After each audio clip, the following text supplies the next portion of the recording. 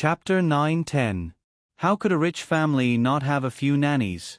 In addition, Wu Jingjing didn't dress luxuriously at home, so it was reasonable for Yu Ying to mistakenly think that she was Yang Yi's nanny. Fortunately, Yu Ying didn't try to verify it.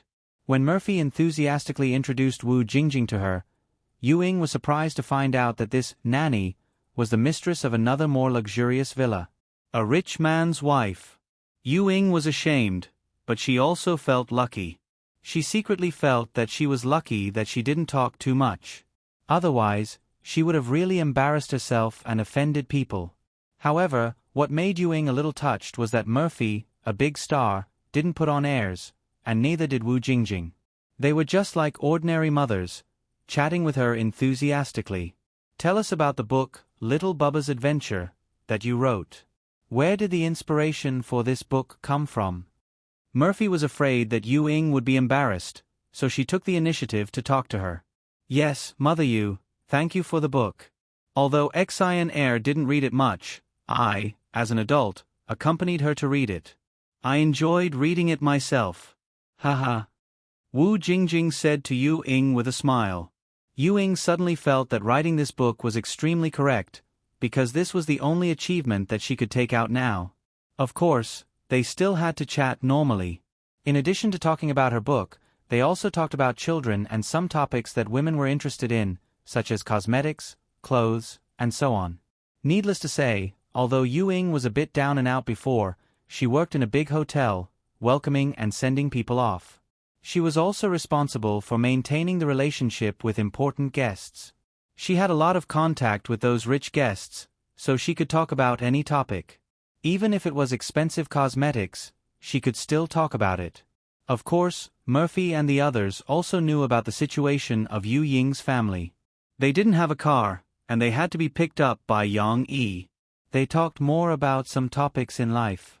Gradually, Yu Ying's mentality calmed down, and she finally returned to her role as a child's mother. She enthusiastically discussed the children's education with them. With a new friend coming over, she naturally had to show her her room first. Come up quickly, my room is on the second floor. She excitedly climbed up the stairs and turned her head to say to Yu Xiaowei. Yu Xiaowei reluctantly let go of Steamed Bun's ears. When she came over today, her attention was mostly attracted by these cute pets. What was interesting was that the three big fat cats, Xiao Gray, Xiao Guai, and Dodo, did not show any displeasure to the guests today. Yu Xiaowei's melancholy attracted them. When she summoned them, the three of them jumped down from the cat tree and surrounded Yu Xiaowei. Xiao Guai even let Yu Xiaowei hug it. Of course, they did not play with Yu Xiaowei. This important task was given to Steamed Bun, who was very happy to see his little master's new friend. Steamed Bun jumped up and down around Yu Xiaowei. Sometimes, he would come over to sniff Yu Xiaowei's scent. Sometimes, Yu Xiaowei would reach out to him, and Steamed Bun would naughtily hide behind Shi. Fortunately, Shi pulled this naughty guy out. Yu Xiaowei pressed her whole body on Steamed Bun, rubbing his face and rubbing his ears. She felt that Steamed Bun was very cute. Like Shi also laughed heartily. It was rare that she did not restrain herself. Now, Yu Xiaowei followed Shi and Lan Xian upstairs. She did not forget to look back at Steamed Bun and ask him to come up and play with her. However, she was still dazzled by Shi's room, and she forgot about Steamed Bun for a moment. It's so big. Yu Xiaowei looked around enviously and murmured softly. It was really big, bigger than her own house. However, it was not only because it was big, but also because it was inside that attracted Yu Xiaowei the most. Soon, she saw the bookshelf that took up an entire wall. On it were Shi's dolls and a dazzling array of children's books. Why was it a dazzling array? Because she did not have a lot of books. However, she did not like her books to be arranged vertically like the books in the bookstore. She placed books horizontally in every compartment so that she could see the book cover at a glance. This way, each compartment could only hold 2 to 3 books. Naturally, it was a dazzling array. It was very spectacular. However, at this time, Lan Xian said vaguely, Shi's books are not big. Mine are big. As soon as Lon Xian came up, she opened a cupboard and took out a big jar from inside. She opened it and took out a few pieces of nougat. These nougats were made by Yang Yi personally when Lu Xiaoyu came last time. He prepared a lot of ingredients, so there was still a lot left.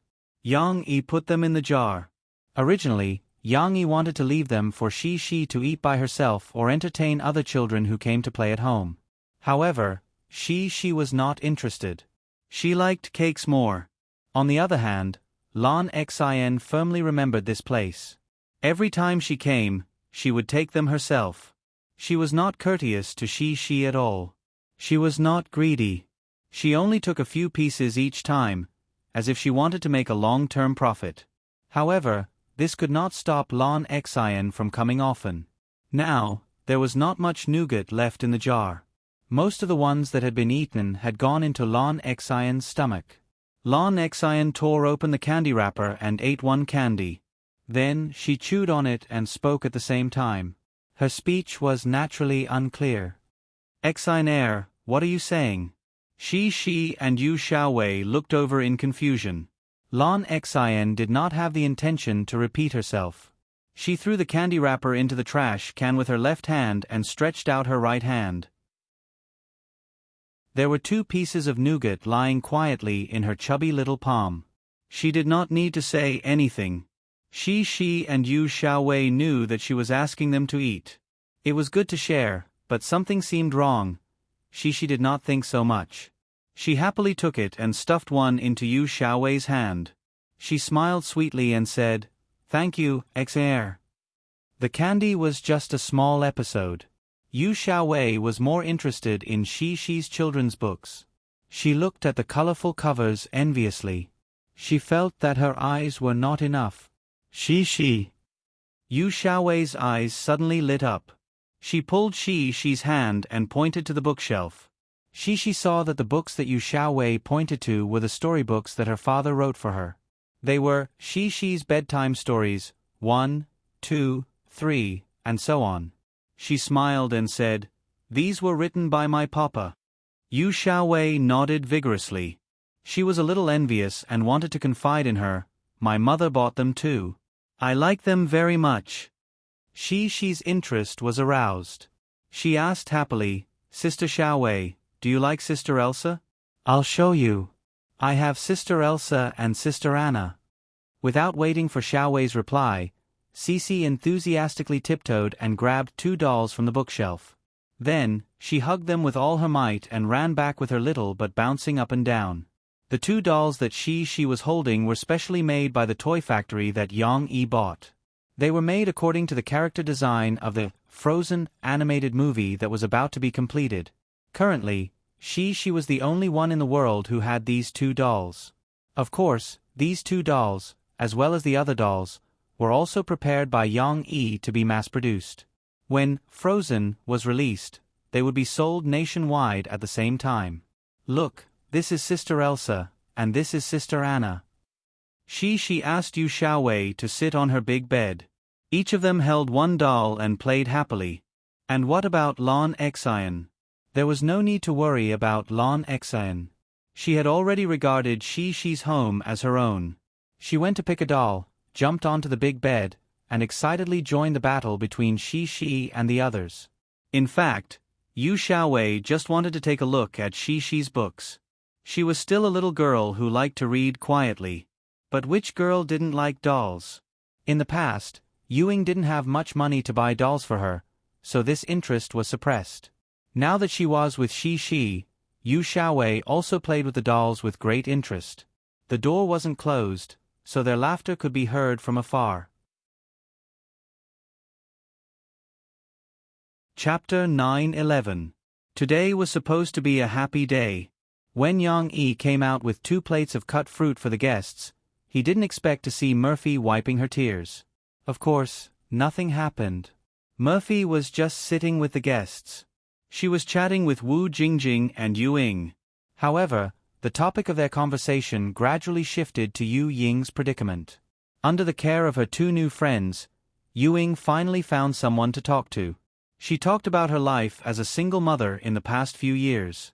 Although Yu Ying didn't talk very emotionally and didn't criticize her ex-husband, she simply lamented that she was busy with work and didn't have time to accompany her children, causing Yu Xiaowei to be introverted to the point of being a little autistic. Yu Ying also talked about the improvement of her life and her gratitude to Shi for helping Yu Xiaowei out of her autistic state. However, Murphy didn't listen much. When she listened to the beginning, she thought of her previous difficulties and suddenly felt very fortunate. At least she only had a bad start. Later on, she was lucky to meet a worthy man. If it weren't for such a change, she was afraid that her situation would be the same as Yu Ying's. The most important thing was, would she also become depressed and autistic like Yu Xiaowei? Murphy didn't dare to imagine the consequences. However, when such a thought appeared, Murphy felt uncomfortable in her heart. This was why Yang Yi came out and saw Murphy wiping her tears. However, Yang Yi couldn't get involved in the world of women. He just comforted her a few words and was urged to leave and not disturb the chat of their mother group. Let's go and see how the children are doing now. I think Xiaowei should be more cheerful if she plays with Shi. Wu Jingjing suggested. So, the three mothers went upstairs together to look for the little ones in the bedroom. Before they got close, a burst of cheerful laughter came from Shi's bedroom. Murphy and Yu Ying looked at each other and smiled. With Mo Fei taking the lead, they gently knocked on the bedroom door, and the three mothers walked in one by one. On Shi's big bed, the four girls all turned to look at him. Other than Shi, Lan Xin, and Yu Xiaowei, there was also Lu Xiaoyu. Lu Xiaoyu also came early today, but just like last time, her father went to work after dropping her off. The four cute little girls were each holding a doll. There were one or two spare dolls in front of them. They sat in a circle, and Shi's tableware and toys were placed in the middle. It was obvious that they were playing house. Ah! Seeing the mothers come in, Lan Xin shouted loudly, as if she had been caught doing something bad. Shi and Lu Xiaoyu were fine at first, but when they heard Lan Xion's strange screams, they couldn't help but laugh and scream. Mom can't disturb us. Shi smiled with her eyes curved. Yu Xiaowei was a little more reserved and didn't have the nerve to laugh out loud, but she also couldn't hide her smile, and her cheeks were blushing. Seeing this scene, the mothers were relieved. Murphy put a fruit plate that Yang Yi had brought over on a small round table in Shi's room. She smiled and said, "Mom won't disturb you. Eat some fruit when you're tired. But remember to throw the fruit peels in the garbage bin and wash your hands." Yu Ying also smiled and walked over. She helped her daughter tidy up her hair and said to her gently, "Have fun. Have fun with your friends. Mommy is chatting with Cece's mother downstairs. Don't worry." After the group of mothers went out, the door wasn't closed. They heard the voices of the little ones at the stairs again, as if they were discussing a playbook. Wu Jingjing smiled and said, "If you're free on weekends, bring the children to play. Murphy's and my families are more casual, and it's not bad for the children to have playmates. Look at how happy she is. She didn't dare to smile when she first came. Indeed, she's relaxed and cheerful now. This is what I want to see in my dreams," Yu Ying said with emotion. "That's right. If you haven't finished your homework, bring your homework over and do it together." The three children study together and urge each other to make progress. And I also want Xiaowei to guide Xian Air. Her grades are getting worse and worse, and she's not willing to do her homework. She's been procrastinating. Wu Jingjing took the opportunity to say. This was her purpose. Just now, Wu Jingjing heard from Yu Ying that Yu Xiaowei's grades were good. She said that Yu Xiaowei would consciously finish her homework every day and read quietly by herself. She didn't need her mother's supervision. Of course, it was also because Yu Ying didn't have time. Her child was so well behaved and her grades were so good. Wu Jingjing didn't know how envious she was. Li Ruolin arrived a little earlier. At 2:40 p.m. she arrived at the Hangi Luxury Villa District. Because someone had told the security office to check Li Ruolin's identity, the security office quickly drove Li Ruolin to Lan Xion's villa with an electric car and sent her to Lan Xion's villa. When she entered Lan Xion's villa, Li Ruolin couldn't help but be shocked. She had been a teacher at Huijia Primary School for several years. She had visited countless families, and many of them were rich people. After all, Huijia Primary School was an aristocratic primary school. It was reasonable to say that Li Rulan, who had seen many families living in villas, wouldn't be surprised. However, Lan Xian's villa was indeed luxurious. There were several garages, a huge thermostatic swimming pool, surrounded by shrubs and flowers like a garden, and a villa decorated with gold and jade like a palace. At this moment, Li Rulan realized that the little fat girl who usually didn't show off in school actually had such a good family background. "Teacher Li, hello, hello." A fat man came out of the house with a smile. He greeted Li Rulan. "I'm Lan Xian's father, Lan Hao Kai." Yes, he was Lan Hao Kai. However, didn't he say that he was on a business trip? Why was he here? Li Rulan was also a little surprised and asked this question curiously. "Yes, I had something to do, but teacher, you are coming to visit my home. This is the first time that Xian heir has a teacher coming to visit her home.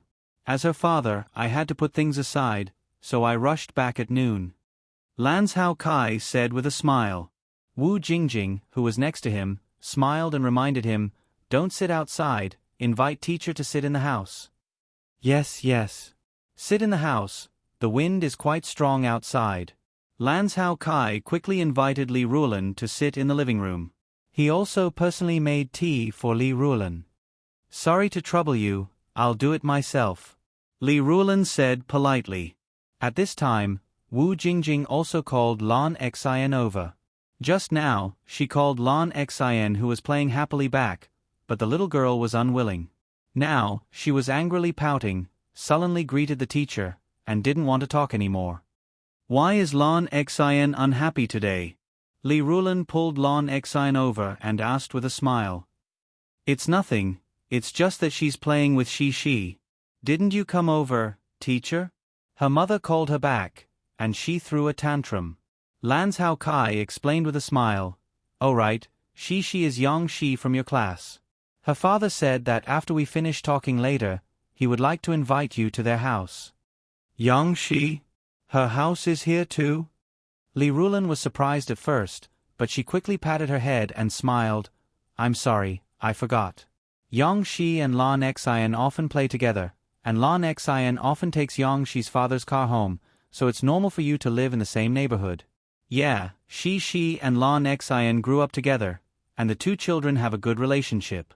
Since Shi's father picks up the children, let's let Xian heir come too. The two children go to and from school together and have a companion." Wu Jingjing smiled and said, "Teacher Li, you should have heard about Shi's father and mother. They have a close relationship with our family. I've seen Mr. Yong before.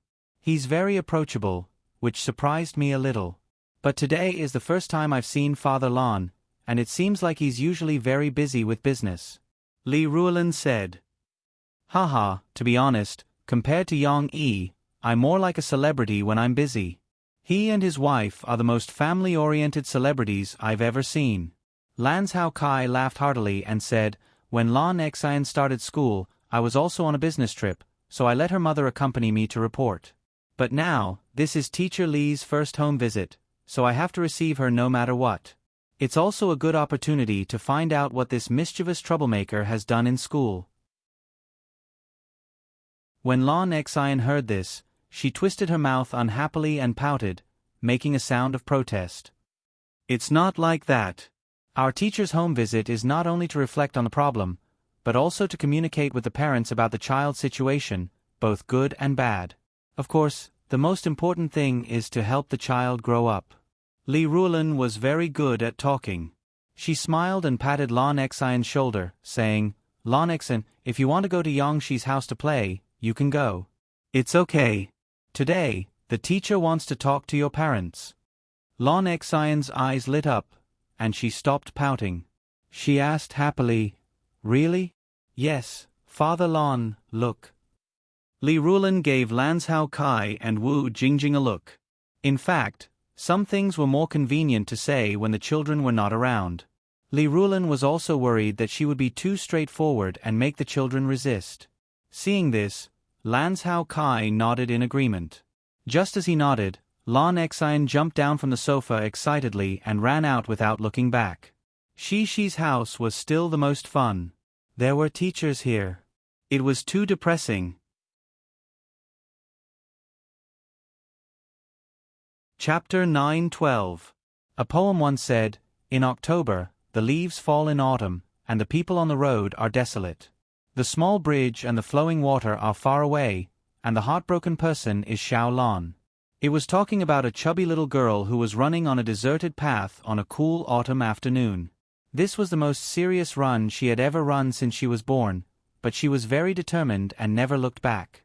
Even though she was out of breath, she never thought of stopping to rest. At this moment, she was the chubby version of Usain Bolt, the cute version of Forrest Gump, and the gray wolf who never gave up. Huff huff, huff huff. Lan Xian finally arrived at Shi's house and eagerly returned to her friends. Of course, she was still very tired. When she came back, she was so tired that she collapsed on the grass and gasped for breath. Shi and the others didn't continue to play in the house because there were more and more people. It was more open to play in the yard.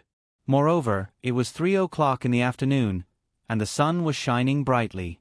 It was a good time for outdoor activities. When Lan Xian came back, Shi and the others were playing the game of eagle and chicken. They were so happy that no one noticed Lan Xian who had sneaked in. In this round, Chen Shiyun was in charge of catching the chicken, and Nan Xiaoyu was in charge of being the mother hen. Chen Shiyun was so aggressive that Nan Xiaoyu was a little scared. He still had the courage and desire to protect as a boy, so he tried his best to open his arms and stop Chen Shiyun. Of course, the girls behind him were much more powerful than him.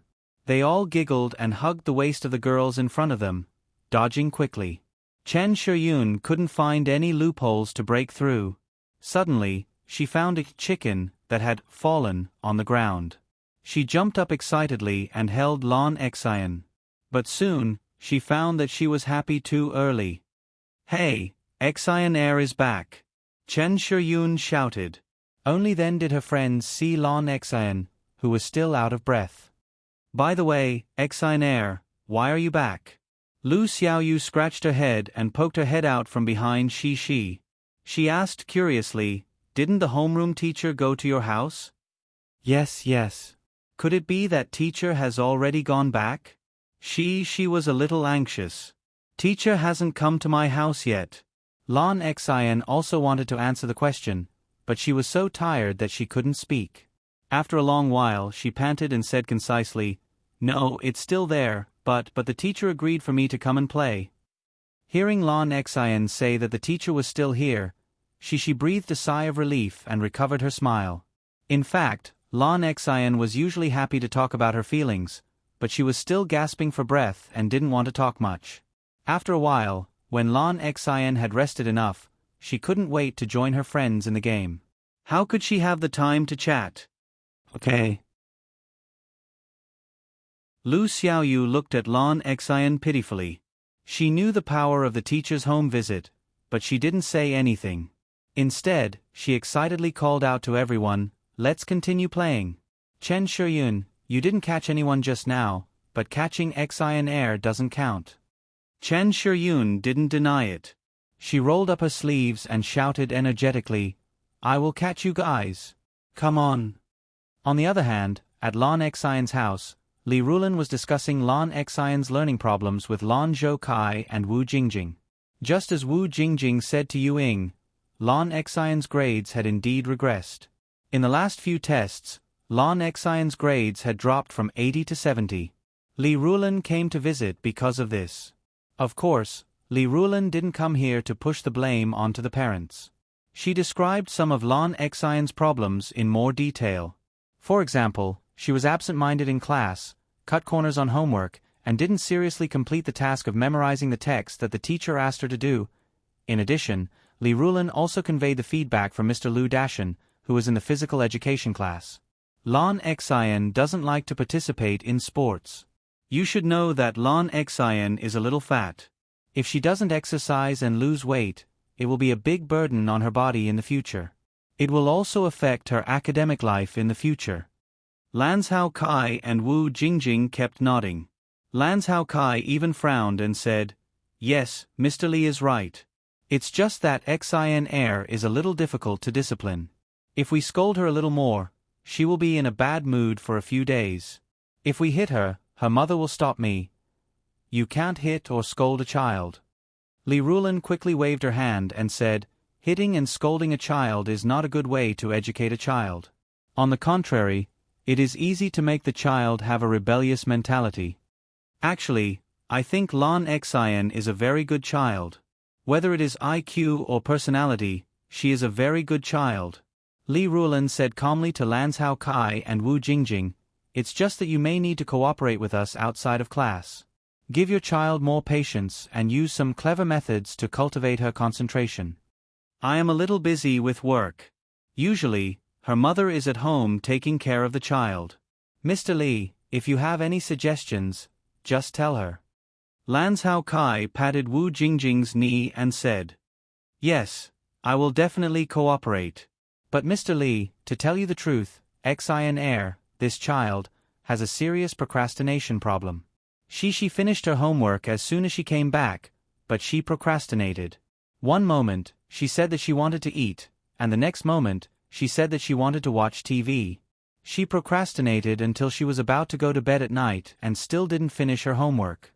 Wu Jingjing complained to the teacher. In fact, most children don't like to do homework and like to procrastinate. But in the face of these situations, we parents should be more skillful in dealing with them. Li Rulan smiled and said, "Let me give you an example. There is a boy in our class named Wang Lei Lei. His situation is similar to Lan Xian's. His father told him that if he didn't finish his homework, he couldn't watch TV. So in order to watch TV, he worked hard every day to finish his homework first. But every child's situation is different. Lan Xian is a girl. Maybe you need to be gentler in order to prevent her from having a rebellious attitude." Li Rulan said, "You can do this. When the child comes back, you can do something with her first."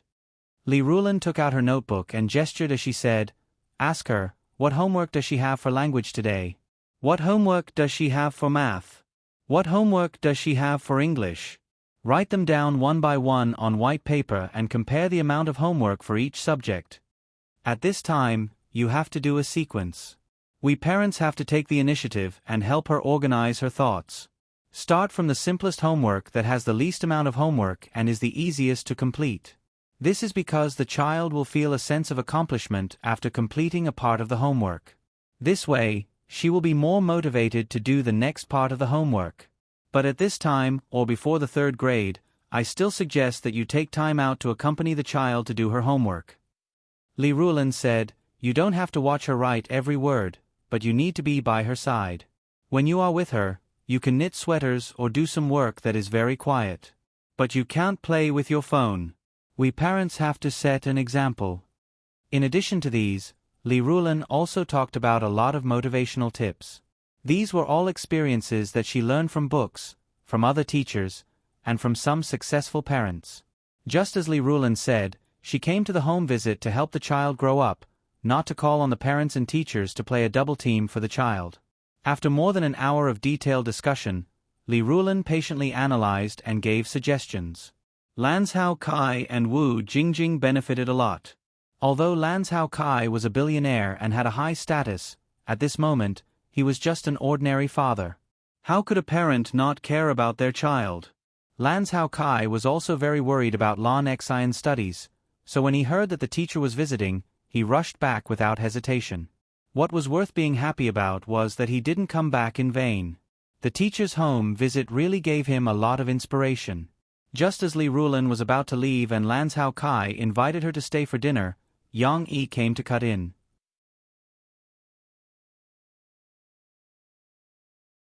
Chapter 9:13. 4 Steamed Bun. Today was a wonderful and happy day. Because many children came to the house to play with him. 1, 2, 3, go. Only to hear she's delicate shout, followed by a string of pleasant laughter, a small frisbee flew out. Woof! Steamed Bun excitedly jumped out. While the frisbee was still flying in the air, he suddenly jumped and turned his head to catch it in his mouth. It has to be said that Steamed Bun, this mongrel in people's eyes, was very talented in sports. Usually, Yang Yi and she often threw frisbees to him, and Steamed Bun rarely missed a frisbee. However, because he was a dog of a rich family, Steamed Bun was not chained to a corner like his mother and other seniors, and eventually became numb. He ate and drank well from a young age, and also received love and freedom, so he was able to maintain his spirituality. I want to play too, I want to play too. Everyone wanted to play with Steamed Bun. When Steamed Bun ran back wagging his tail, the little guys couldn't wait to fight for the frisbee in his mouth. You have to line up. In the crowd, Yu Xiaowei was so excited that her face was bright red. While she was talking, she also tried to squeeze to the first place.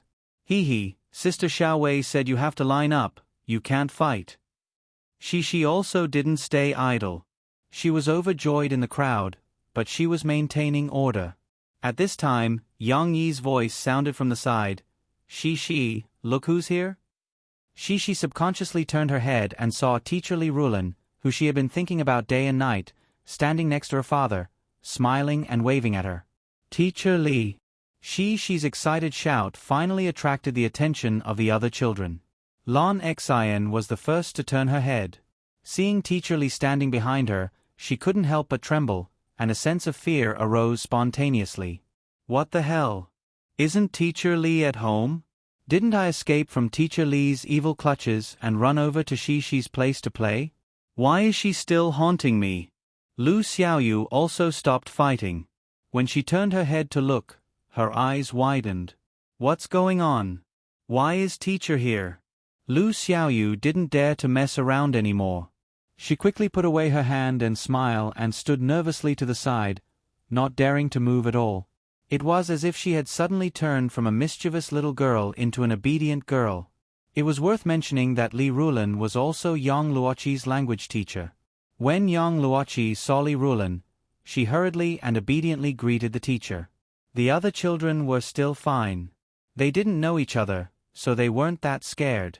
Yu Xiaowei took advantage of the chaos to snatch the frisbee. She carefully looked at the others and happily hugged the frisbee in her arms. Li Rulin's appearance was definitely a wet blanket. The children all shrank back and didn't dare to make any noise. Naturally, they couldn't play. Fortunately, Li Rulin understood the children's psychological state. She smiled and patted she's little head. Then, she went into the room with Yang Yi and Murphy to talk, leaving the outdoor space for the children. She pouted her little mouth and returned to the children's group. She was a little unhappy because Teacher Li didn't let her follow. Teacher said to let me play with you guys. I want to take Teacher to see my painting. She treated the teacher as a friend and wanted to show her work. However, it was the teacher's home visit time, so the children needed to stay away. After the teacher left, Lu Xiaoyu and Lan Xian both let out a big sigh of relief. Just now, they didn't dare to breathe loudly for fear of being scolded by the teacher. Why did Teacher Li come back to your house? Is Teacher Li also coming to your house for a home visit? Lu Xiaoyu asked in confusion. Chen Shiyun and Yang Luoqi also looked at she eagerly, hoping to get an explanation. No. Teacher is going to Xian Er's house. She didn't have such a consciousness. She even proudly said, then, I asked Papa to let Teacher come to our house to play. Ah. Why do you want Teacher to come to your house? Lu Xiaoyu felt that it was a little inconceivable. If Teacher comes to she's house, does that mean he won't go to my house? Lan Xian had another thought. Her eyes lit up as she said. He. She finally said the true thoughts in her heart. She wanted the teacher to come to her house to play, so she took the initiative to invite the teacher. Aya, she, don't call the teacher to come to your house. After Lu Xiaoyu heard this, she didn't think it was funny at all. She even worriedly said, if teacher comes, your father and mother will be angry. Then they won't let you watch TV or play. Lan Xian didn't care. She didn't know that this would be her fate for a period of time in the future. Why? She asked in confusion. Because when teacher comes to our house, it's to complain. It's just like how Chow Rolin always complained to the teacher about who fought with whom. Lu Xiaoyu said. Chow Rolin was the acting class monitor for a month. She was diligent and responsible, but the little girl loved to complain too much and offended many of her classmates. Now Lu Xiaoyu and the others also deeply abhorred the word complain. She was fine.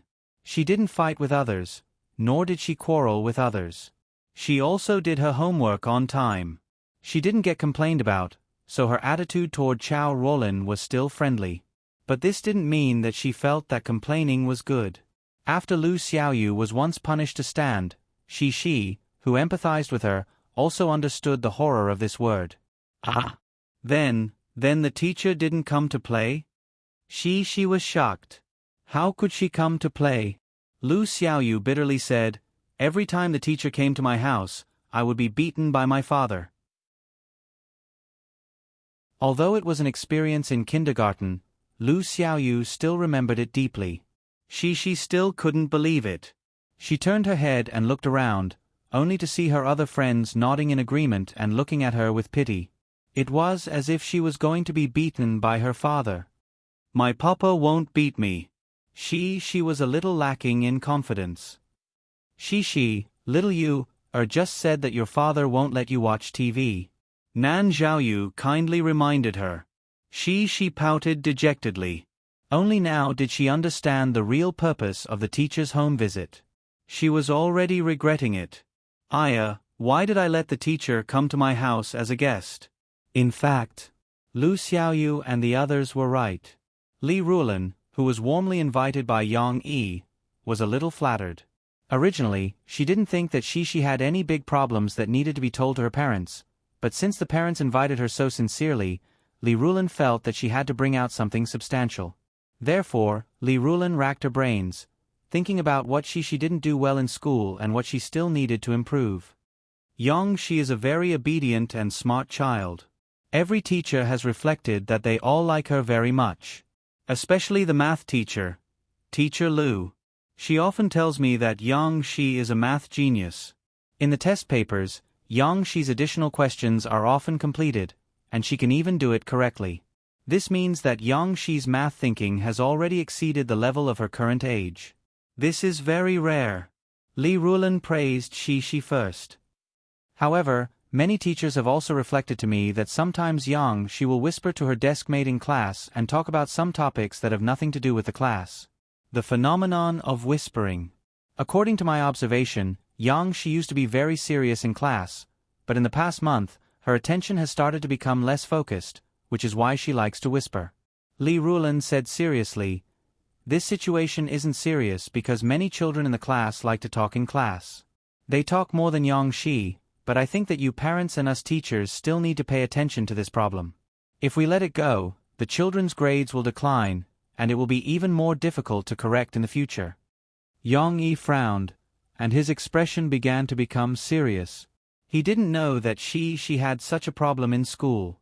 Murphy felt that it was very normal. She patted Yang Yi's arm and said angrily, see, you usually encourage her to talk more, but now she's whispering in class.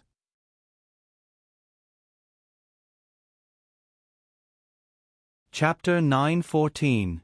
Putting Shi's situation aside, Yu Ying, who lived further away, took Lu Xiaoyu's father's car with Yu Xiaowei and took the lead to leave and go home. Yang Yi and Murphy invited them to stay for dinner and said that they would drive them home after dinner. However, Yu Ying felt that she had already troubled Yang Yi's family enough today. In fact, they even had lunch at the Yang family's house. Now, they even had to have Yang Yi send them back for dinner. Yu Ying felt really bad about it. Coincidentally, Lu Xiaoyu's father came to pick up Lu Xiaoyu. Although they didn't live in the same place, at least they were in the same direction. Lu Xiaoyu could send them back on the way, so Yu Ying and Yu Xiaowei followed Lu Xiaoyu and her father back home. Back home, Yu Ying helped her mother prepare dinner while secretly sighing in her heart. Now, she wasn't sighing about how comfortable life was for rich people. Instead, she was sighing about her luck. Not to mention Yu Xiaowei, Yu Ying herself felt that she had benefited a lot today. Following her daughter, she broadened her horizons and got to know a group of enthusiastic parents. While chatting with Murphy, Wu Jingjing, and Wu Yu and other parents who came with their children, Ying suddenly realized that she used to be so lonely. If she wasn't an adult and had a job before, she might have become autistic like Yu Xiaowei. Of course, Ying also gained a lot of positive energy from these parents. She gradually understood that she should also have some social interactions outside of work and family. For example, getting to know these parents and talking to them about some of the children's problems was much more interesting than staying at home alone. In addition, listening to the conversation between Chen Shiyun's father and Nan Zhaoyu's father, Ying also broadened her thinking on financial management. Ying estimated that this month's royalties would be enough to buy a house in Wuhu district for investment. These were all brought to her by her daughter. While Ying was happy, her eyes were full of love as she looked at her daughter who was sitting quietly in the living room and reading a book. However, Ying didn't know that Yu Xiaowei, who was reading, was a little distracted. During lunch, Yu Xiaowei finally mustered up her courage and gently pulled on her mother's sleeve. She whispered, "Mom, can I make a small request of you?" "What request?" Ying asked casually. "Well..." Yu Xiaowei was a little unsure. She paused and said, "I like Shishi's dog very much. Can we get a dog too?" Ying finally took it seriously. She looked at her daughter in surprise. In the end, she saw a look of anticipation in her daughter's pitiful little eyes. Ying fell silent. She still hadn't recovered from her previous state of poverty, so when she heard Yu Xiaowei's idea, Ying subconsciously rejected it. One had to know that for a family like theirs in the past, raising cats and dogs was tantamount to raising another child. It would definitely add a lot of burden to Ying or her mother. At this time, Ying's mother said, "Child, do you want to raise a puppy?" She accidentally spoke with the accent of her hometown. However, the old woman quickly remembered that her daughter had been telling her to speak Mandarin to avoid affecting Yu Xiaowei's accent. Ying was worried that Yu Xiaowei's Mandarin wouldn't be standard and would be looked down upon, so she quickly changed it back. "Raising a puppy, isn't this troublesome for your mother?" Ying quickly saw that Yu Xiaowei's eyes dimmed, and a disappointed expression appeared on her face. "It's not troublesome," Ying blurted out. Yu Xiaowei looked at her mother in a daze. Could it be that things had turned around? Ying smiled and said, "Our family is different now. We're more financially comfortable, so it's still possible to raise a puppy. Since you like it, Xiaowei, I'll fulfill your wish this time. Tomorrow, we'll go to the flower and bird market and buy one back." Yu Xiaowei's eyes lit up again. Although she wasn't as excited as she was still surprised. She didn't know what Teacher Li and her parents talked about. Anyway, they had been chatting for the whole afternoon. Li Rulan even spent more time at the Yong family's house than at Lan Xian's house. She realized that nothing seemed to have happened, so she simply put down the worries in her heart and played with her friends for the whole day. Yang Yi didn't affect Shi's mood. At night, the little girl was still in high spirits. She happily told her parents about the fun she had with her friends.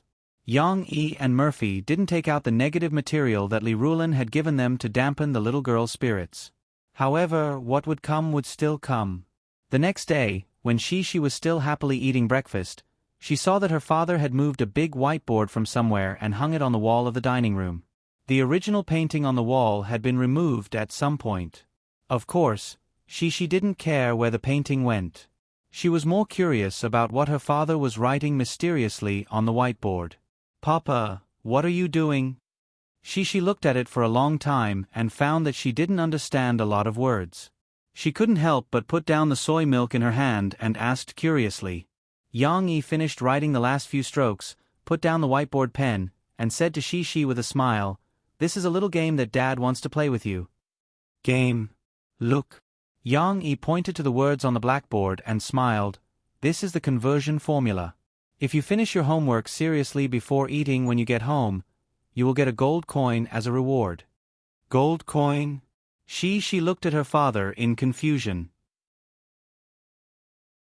Yang Yi took a box from the ground and took out a gold coin from it and showed it to Shi. There was nothing special about it. It was the kind of game coins that could be used to play claw games in the game hall. Yang Yi asked someone to help get a batch of them last night. With this gold coin, you can buy time to watch TV with Dad. For example, 1 gold coin can buy you an hour of TV. Yang Yi said with a smile. She was not stupid. She tilted her head and said doubtfully, But I can watch TV. Since she could watch TV, why would she buy time to watch TV with Dad? Yang Yi said with a smile. In fact, the principle is the same. Didn't Dad ask you to finish your homework before you can watch TV? Now that you've finished your homework, your hard work can earn you a gold coin. Similarly, you can also watch TV for an hour. She still felt that something was wrong. At this time, the words that Lu Xiaoyu said yesterday, which left a deep impression on her, once again appeared in Shi's mind. When teacher comes, your dad and mom will be angry. Then they won't let you watch TV and won't let you play. Suddenly, she became anxious. She said sadly, Oh, you can't do that. Dad, Teacher Li, did Teacher Li complain? Little Yu said that if Teacher Li comes to visit, Dad and Mom won't let me watch TV. Teacher Li is really bad. I'm very obedient. Why won't you let me watch TV? Before Dad could explain, the little girl began to sob. Her tears were not fake. She really felt sad. At this moment, it was as if thousands of thoughts flashed through the little girl's mind. There was also a kind of sadness that her trust was betrayed. I don't want to. I don't like Teacher Li anymore. I don't want her to play at home. She pursed her little mouth. She looked like a pear blossom in tears.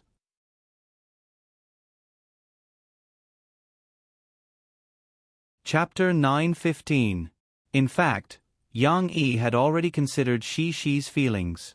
In order not to arouse Shi's suspicions, he didn't even mention it yesterday. However, he didn't expect his daughter to be so extraordinary. Her IQ was so high that she could link the two things together. Seeing the little girl's aggrieved look, Yang Yi quickly came over and hugged her in his arms to comfort her. Boo-hoo, I don't like Teacher Li anymore. She hugged her father's neck with one hand and wiped her tears with the other. He was so kind to invite Teacher Li to play at home. How could she complain? The students who complained were not welcomed in the class. Yang Yi quickly coaxed her. How could that be? When did Teacher Li complain? Teacher Li came over and praised you to Dad. Dad, I'll give you an example. Do you still remember the 3rd unit test? After the test, you asked Teacher Li a question and even took the initiative to say that you wanted to help Teacher Li carry the test papers back. This wasn't Yang Yi fooling Shi. Shi had never told Yang Yi about this before. Maybe she forgot, or maybe she felt that it was rare and didn't talk about it usually. This was really what Li Rulan told Yang Yi and Murphy yesterday. Although Cici felt that Teacher Li was very bad just now, she was still willing to believe in the good. When she heard her father's words, the little girl stopped crying. She just rubbed her eyes and said while sobbing, because the teacher still has a lot of homework. I can't take it, so I want to help her. Shi's memory was still very good. She remembered clearly that Teacher Li had mocked the homework during the test and couldn't carry it back. However, the little girl was still angry. Her last sentence was still a little resentful. Yang Yi smiled and said, Yes. Think about it. Why did Teacher Li visit Xinr's house but not ours? It must be because you did well in school, so Teacher Li likes you. Also, aren't your grades ranked first in class? How can a teacher visit the home of the top student in class? Her father's praise made Shi feel a little better, but the little girl was not completely relieved. She pouted and said to her father, But the teacher still came to our house. Yang Yi smiled and rubbed Shi's little head. He said, You just said that you invited the teacher to play at home. Look, the teacher still came and praised you. Alright, there's one more thing. Teacher Li also mentioned that during music class, didn't the teacher ask you to sing with your classmates? Later on, the music teacher even praised your singing and told Teacher Li about it. Then, Teacher Li passed it on to Dad. Li Rulan did praise Shi a lot. Yang Yi could casually give a lot of examples, trying to create the illusion that Teacher Li only praised Shi and eliminate the bad impression that Shi had just had. At this moment, Shi finally believed that Teacher Li came to praise her. The little girl remembered that she misunderstood Teacher Li just now and suddenly felt a little embarrassed. She hugged her father's neck with both hands and hid her face in her father's arms. She was too embarrassed to raise her head. "Are you still angry with Teacher Li?" Yang Yi smiled and reached out to scratch Shi's little face. "I'm not angry. Next time, I'll ask Teacher Li to play at home." Shi felt that her father was exposing her shortcomings. She twisted in her father's arms and pouted. But why doesn't Papa let me watch TV? "Why don't you watch TV?" Yang Yi quickly said, "You see, if you carefully finish your homework before dinner every day, you can get a reward of 1 gold coin. 1 gold coin can apply for an hour of TV for Mom and Dad. Is there any difference between this and usual? Usually, you have to finish your homework before dinner, and then we can go for a walk and watch cartoons from 7:30 to 8:30. After that, you have to take a bath. Then Papa will tell me a story, and then we will read a book together, and then we will sleep." She counted with her little fingers and continued. There were still teardrops on the little girl's tender face, making her look very pitiful. But now she didn't feel wronged, just confused. "Yes, from 7:30 to 8:30, you have to watch TV for an hour, right? If you don't finish your homework, you have to continue to do it after you go for a walk. You can't watch TV. Isn't it the same?" Yang Yi wiped Shi's tears and explained. Then why do I have to change it?" She was really smart and pointed out the key problem. "Then you have to keep watching." Yang Yi smiled, pointed to the whiteboard, and said to Shi, "You see, there are other ways to earn gold coins. For example, you can help Dad sweep the floor and get 1 gold coin. Or you can help Dad dry a bucket of clothes and get 1 gold coin. If you help Dad and Mom take care of your brother, according to the time, you can get 1 gold coin for 2 hours. Like last time, you can get 4 to 6 gold coins for helping Dad and Mom take care of your brother in the morning and afternoon." Shi's eyes lit up, and she became interested. Then can I watch a lot of TV?" "Of course not. Watching too much TV is not good for your eyes." Yang Yi didn't keep Shi in suspense this time. He said, "But there are other uses for gold coins. For example, you can spend 3 gold coins and tell Dad which doll I want, and Dad will buy it for me." "Very good, with these 3 gold coins, Dad will buy it for you without hesitation." "This is good." All of a sudden, Cici was tickled. She clenched her little fists excitedly and asked her father, "Really? Can I really buy dolls?" Yang Yi smiled and said, "Yes, not only can you buy dolls, but you can also do other things with these gold coins. For example, if you want to go to the amusement park, 10 gold coins can be used as a voucher to go to the amusement park. Another example is when we go traveling during the holidays. You can spend 50 gold coins and tell Dad where you want to go, and Dad will immediately prepare to take you there." Shi's eyes became bright with excitement. She restlessly twisted in her father's arms. Then I can buy a lot of dolls and go to many amusement parks to play, and I can also go to Lu Weisha's house to play. At this moment, the little girl's mind was filled with a house full of dolls. Just imagining it made her so happy that she was about to faint. "Anything is fine. As long as you study hard, or be more diligent on the weekends and help Dad and Mom do some housework to the best of your ability, you can make your request to Dad, because this is the reward for your hard work and hard work." Yang Yi smiled and said, "This is a little suggestion from Teacher Li to Dad. It is to reward your hard work and stimulate your enthusiasm in visible ways so that you can become a good child that Teacher, Dad, and Mom will like more." At this moment, Shi's mind was not on this. The little girl was in high spirits. She pulled her father's clothes to let him listen to her. "Dad, can I have more gold coins? I got full marks on the exam. Can I also be rewarded? I want to buy a lot of dolls." This little amount of gold coins was really not enough. The little girl felt that to realize her dream, she needed more gold coins. Hearing her words, Yang Yi slightly raised the corner of his mouth.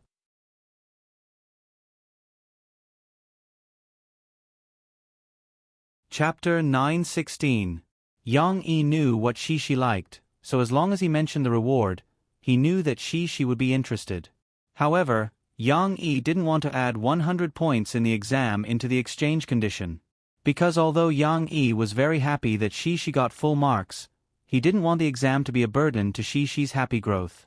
Having said that, the reward method was taught by teacher Li Rulin, and Li Rulin did say that the exam results could be used as the criteria for judging the reward. However, Yang Yi still chose to do it freely, and added some content of helping her parents do housework. Helping her father do housework could improve Shishi's ability to take care of herself. Helping her mother take care of her younger brother could improve Shishi's sense of responsibility and improve the relationship between Shishi and her younger brother. There was also homework. This was to make Cici study more consciously and reduce her dependence on her studies. It could be said that these programs were more inclined to quality education than exam-oriented education. Therefore, Yang Yi prepared an answer to Shishi's request. You can't get a gold coin if you get full marks, but you can get other things. Look here, there's more.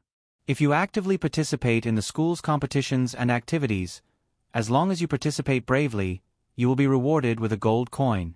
If you win a prize, whether it's the first or second prize, as long as you win a prize, you will be rewarded with 5 gold coins. Interest classes were a major feature of Huijia Primary School, and various small competitions that were extended from the interest classes were also a major feature of Huijia Primary School. Yang Yi set up such competition rewards to encourage Shishi to participate in some competitions bravely, so as to better develop her interests and hobbies. Of course, winning a prize was not the goal, but a small incentive. Otherwise, Yang Yi wouldn't have said that no matter what kind of prize she won, she would be rewarded with 5 gold coins. Shishi's brain worked very fast. After hearing her father's words, she immediately remembered that she would participate in a competition in December. Papa, then can I have a gold coin? Because I took part in the dancing competition. Shishi looked at her father with eager eyes. Yang Yi was also very straightforward. He put Shishi down and bent down to take out a game coin from the box beside him. He gently placed it on Shishi's outstretched hand and smiled. That's right. Look, you got a gold coin. When you have 3 gold coins, you can ask Daddy for a doll. The little girl held the game coin in her tender little hand and happily swayed her little butt. She looked so happy that she looked like she was in a good mood. All right, let's talk about the last item that can earn us gold coins. Yang Yi said casually to Shishi. Dad gave it a nice name. It's called, I'm a good student. I'm a good student? Cici looked at her father in confusion. She didn't understand. What was so nice about this name? Yes. Dad has discussed it with Teacher Li. In the future, before school every day, take a card like this and go to Teacher Li. Yang Yi handed Shishi a hard card with some words printed on it. In the middle was a line of big words. Is Yang Shi a good student today? Then, there were 10 small words from Monday to Friday below, and 2 circles below them, respectively, said, yes and no. Teacher Li will sign her name on this. How to judge whether she is a good student or not. If she is very obedient today, listens seriously to the teacher's lecture, actively raises her hand to answer questions, and does not talk to other students during class, then, it means that today's she is a good student. Teacher Li will sign her name on this yes. Yang Yi said, if today's Shishi's performance is not good enough, such as being absent-minded during class, or talking to Xiaoyu in class, which is disrespectful to the teacher, then she is not a good student. Teacher Li will sign her name on the no, and remind you what you did not do well enough. You need to correct it tomorrow. If you correct it tomorrow, you can become a good student again. This project required Teacher Li's cooperation, but in fact, this was also proposed by Li Rulin. She also hoped to help the child improve. She could not push everything to the parents. However, Yang Yi knew that she was very sensitive now, so he hid the important things in ordinary conversations to prevent Shishi from thinking that it was the teacher who complained. To Yang Yi's relief, Shishi did not have a strong reaction. She was still listening very seriously. In fact, She was more concerned about how many gold coins she could receive as a reward if she obediently behaved as a good student. Yang Yi did not disappoint Shi. He quickly said, "If Teacher Li signs 5 yes on this card after a week, then you will receive 3 gold coins as a reward. If you don't pay attention and accidentally misbehave in class, you still have a chance to correct it. In the next few days, you have to work hard to be a good student and be an obedient one. In other words, if you sign 4 yes, you can also receive 2 gold coins as a reward. After all, you are very obedient most of the time. However, if you are not obedient for 2 days and are not a good student, then you will not be able to receive the reward in this project this week." Yang Yi held 2 gold coins in one hand and 3 gold coins in the other. He showed them to Shi so that she could have a direct experience. The award was set up by Yang Yi. He left room for Shi to make mistakes. He would not deny Shi's efforts for a whole week because of a small mistake. But Dad still believes that our Shi has always been a good student. This little test will not stump Shi. As long as Shi is obedient, you can receive 3 gold coins every week, right? Yang Yi said with a smile. When Shi heard 3 gold coins, the image of a doll immediately popped up in her mind. The little girl immediately puffed out her small chest confidently and said, "Yes, I am a good student." In addition to explaining to Shi, Yang Yi also gave Shi a small lockable treasure chest. This was also a product of the toy factory. The wooden treasure chest was as exquisite as a pirate's treasure chest. Of course, its purpose was to allow Shi to save up the gold coins that she had worked so hard to earn. The little girl happily carried the small treasure chest with a gold coin in it upstairs and prepared to set it up in the bedroom. Yang Yi watched from behind with a smile. However, Yang Yi seemed to be complacent a little too early. He had underestimated Shi's ability. When it was close to noon, Yang Yi and Murphy were preparing to have dinner with Guazi's family tonight. Shi, who had just gone to Lon Xian's house to play, hurriedly ran back. The little girl shouted, "Dad, it's not good. Xian is too pitiful. Uncle Lon doesn't let her watch TV and doesn't let her eat."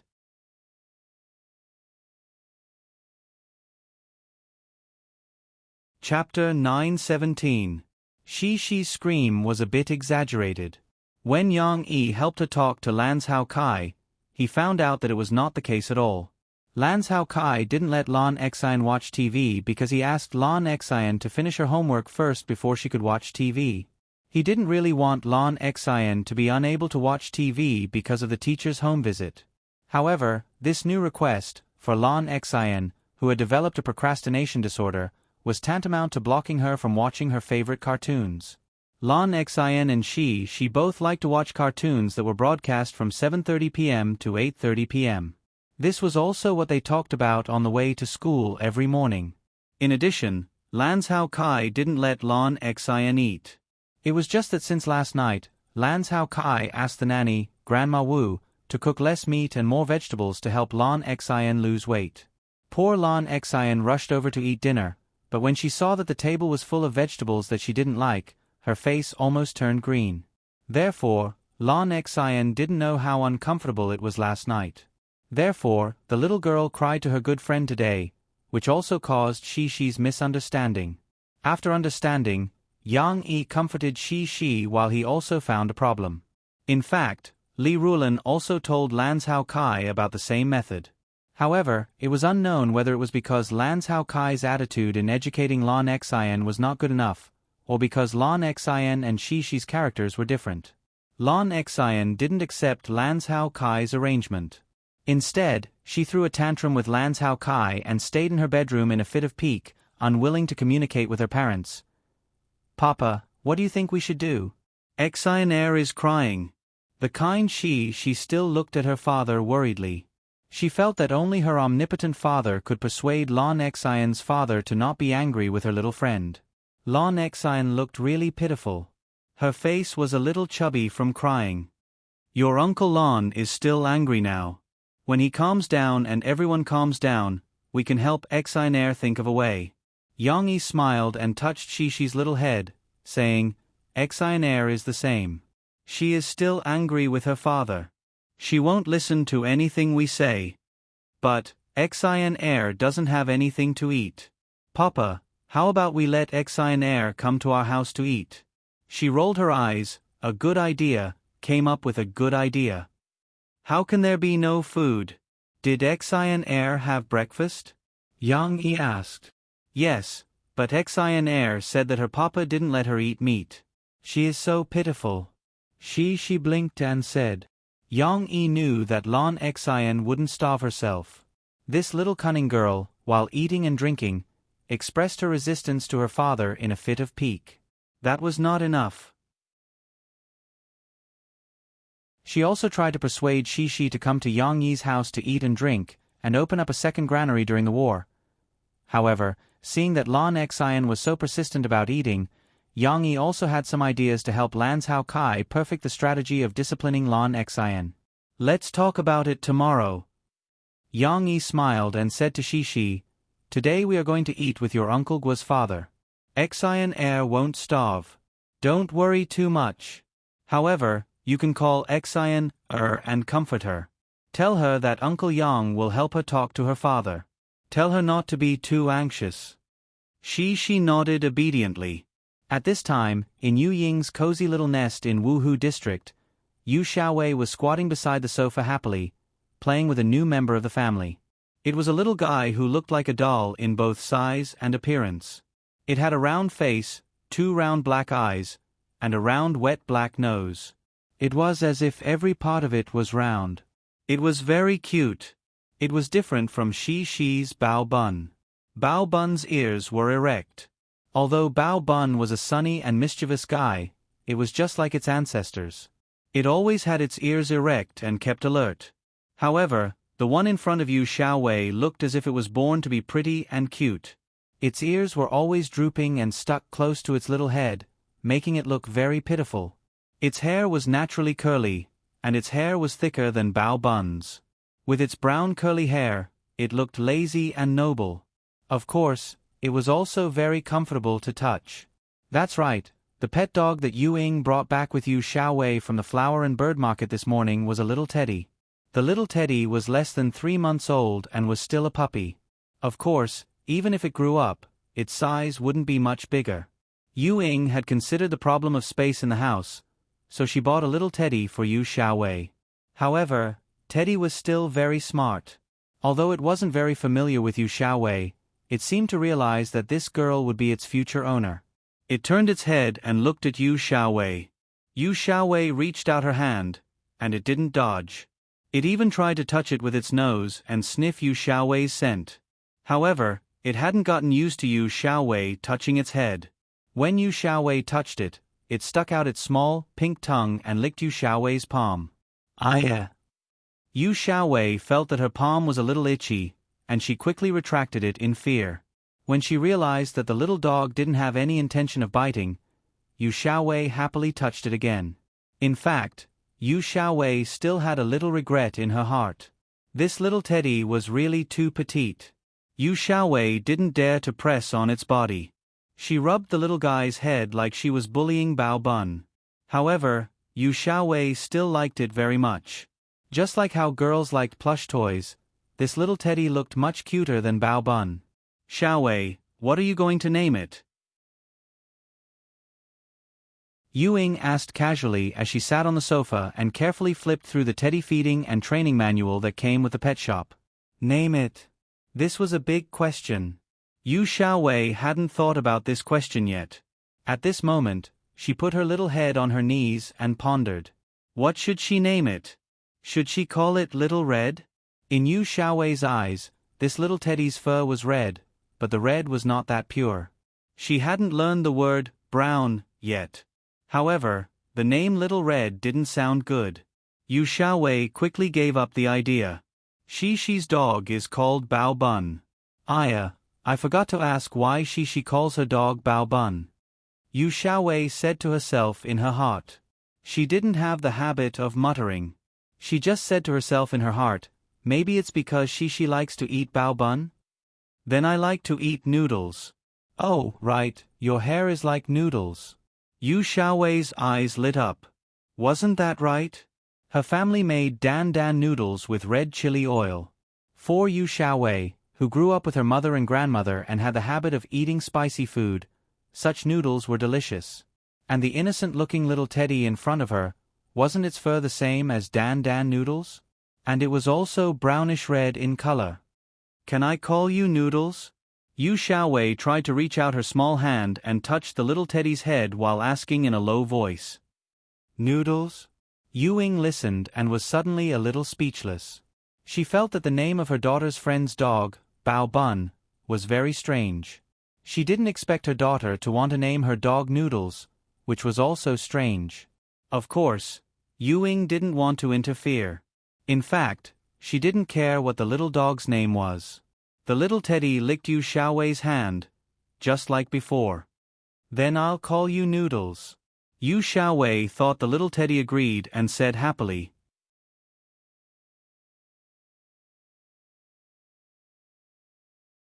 Chapter 9:18. Gua Zhangyan was an important figure in Zhongqing and even Jiangnan province's political scene. Although Yang Yi had never met him, he would sometimes see him on TV when changing channels. However, Yang Yi wasn't afraid of Gua Zhangyan because of his high status. Yang Yi didn't think of Gua Zhangyan as a mayor at all. The nanny van that Yang Yi and the others drove to the banquet stopped in the hotel parking lot. When they got out of the car, Yang Yi saw that Mo Fei and the others looked a little serious. He chuckled and said, "That's just Xiaoguo's father.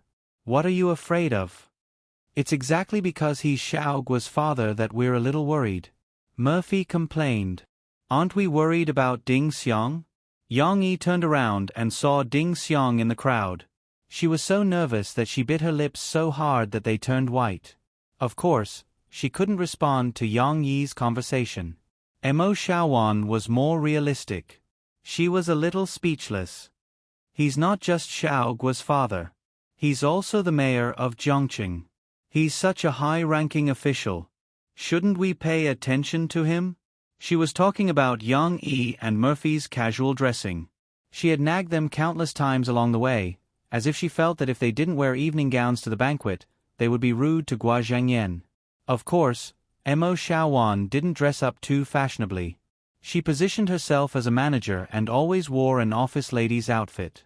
She was serious and didn't lose her elegance. No matter how high-ranking an official he is, he's still Xiaoguo's father. "What are you afraid of?" Yang Yi turned to Ding Xiang and said with a smile, "Ding Xiang, don't worry. If you can't solve the problem, we're here. With so many of us supporting you, you don't have to be afraid of their family and friends. We're your family and friends." Murphy hugged Tong Tong with one hand and Ding Xiang's shoulder with the other as she smiled intimately. "I understand." Ding Xiang nodded gratefully. They didn't have to wait too long before Guazi hurriedly came down from the hotel to take them to the private room. Today, Guazi was also dressed casually as usual. However, looking at how busy he was sweating profusely. It was winter now. "Sai, it's a good thing that you're not dressed so formally. I forgot to remind you before. My dad hates those complicated formalities the most. It's more intimate to be simpler." Guazi said with a smile, "It would be awkward if everyone wore thick clothes like at the award ceremony." Yang Yi smiled. "Don't worry. Even if it's an award ceremony, we'll still dress like this. You've never attended an award ceremony, all right? Didn't I get the awards for your books and music?" Mo Xiaowan exposed him mercilessly. The elevator was filled with laughter, and the tense atmosphere seemed to have eased a little. "Papa, why haven't we arrived yet?" Cece, on the other hand, was independent of the constantly changing atmosphere. She pulled her father's hand and asked while looking around, "We're almost there. Don't worry." Yang Yi said with a smile, "Remember to call me Grandpa Gua later." When no one was paying attention, Ding Xiang took out a tissue from her bag and quietly put it in Guazi's hand. She was thin-skinned, but she was too embarrassed to show it in front of everyone. However, Guazi, the thick-skinned guy, secretly hooked Ding Xiang's hand and put the tissue back. He turned around and winked at Ding Xiang. Ding Xiang glared at him angrily, feeling ashamed and annoyed. But after a while, she still couldn't do anything to Guazi. Thinking that they hadn't seen each other much in the past few days, and Guazi's pitiful eyes made her heart soften. Ding Xiang gently bit her lip, which was about to break. She spread out the tissue and reached out to wipe the sweat on Guazi's forehead. However, she only wiped it a little, and then she shyly withdrew her hand and put the tissue back in Guazi's hand. A group of people came to the private room of the hotel. Guazi's parents hadn't arrived yet, but there was a girl in the room who looked like a middle school student. Her face was round, similar to Guazi's, but maybe because she was a girl, she paid more attention to her figure. She didn't look fat at all. Before Guazi introduced her, she saw Murphy and Yang Yi and shouted excitedly, "Murphy! Yang Yi! I finally see the real person of the superstar." Guazi knocked her head and said angrily, "Girls should be more reserved. If Dad sees you later, he'll scold you again." Guazi pulled the girl over and introduced her to Yang Yi and the others. "Brother Yang, this is my sister, Guazian. She's in her second year of high school this year. She insisted on coming today and even asked for leave to not go to self-study at night. But don't be bewitched by her. I used to ask Sister Murphy for autographed albums for her, but I later found out that she sold them all to her classmates at high prices. She's a little profiteer." Guazian shouted, "Guazi, how can you expose my shortcomings? How am I a profiteer? I was helping Murphy to increase her popularity among the young people." Wow, she even spoke clearly and logically. Looking at her quick-witted appearance, she was almost on par with Guazi. One could only sigh that the Gua family's genes were also extraordinary. But even though Guazi had a good relationship with his sister, he still had not revealed his relationship with Ding Xiang to Guazian. When he introduced Ding Xiang to Guazian, he still followed the rules and said that Ding Xiang was his manager. Why isn't Sister Yang Huan here today?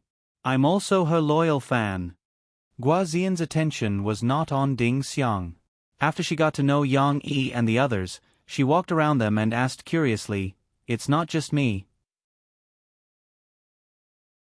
All the girls in my class are especially fond of Sister Yang Huan. They're almost treating her as our role model.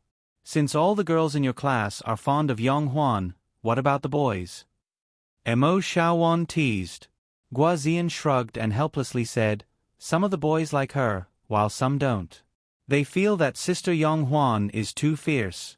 But I feel that she's more charming." Perhaps Guazian really worshipped Yang Huan. When she talked about Yang Huan, her eyes shone with excitement. She waved her arms uncontrollably, as if she wanted to learn martial arts like Yang Huan. "She has something to do at school today, so she can't come," Yang Yi explained with a smile. At this moment, Yang Huan was in the room above the coffee shop. She slapped her pillow and complained, "Why did everyone go to eat and leave me alone? It's fine. I want to play with Shi. Shi, I'm also your fan. I love watching you dance." Guazian's thoughts were really jumpy. She jumped in front of Shi and squatted down with a smile. Shi wasn't familiar with Guazian. She was a little embarrassed as she leaned against her father's leg and blinked her eyes. "Can I take a selfie with you? If I take it to school, many people will be jealous of me." Guazian took out her phone and asked politely. She turned to look at her father. After her father nodded, she also nodded. Young girls like to make a V hand gesture. Guazian also made a V hand gesture. She pouted and took a selfie with Guazian. She decided to talk to Guazian. Maybe it was because they had taken a selfie together and improved their relationship. "Sister, do you go to school too?" She asked in a low voice. "Yes, but I go to high school." "I know you go to primary school," Guazian said with a smile. "What's high school like?" She was full of curiosity. "Do you need to do homework?" Guazian sent the selfie to her class group and let them be jealous. Then she put her phone in her pocket and complained to Shi, "Yes. We have a lot of homework, and it's very difficult. By the way, we have to study at night. That means we have to stay in school to study. I also have to stay in the dormitory. After dinner with you guys tonight, I have to go to school. I can only go home on weekends. She opened her mouth in surprise as if she had heard something unbelievable. Ah, is it that scary? Yes, you guys are much happier now. You don't have a lot of homework. The two of them had similar interests. They got together and chatted enthusiastically. Yang Yi saw that someone was chatting with Shi and felt relieved. He focused on preparing to welcome Guazi's father.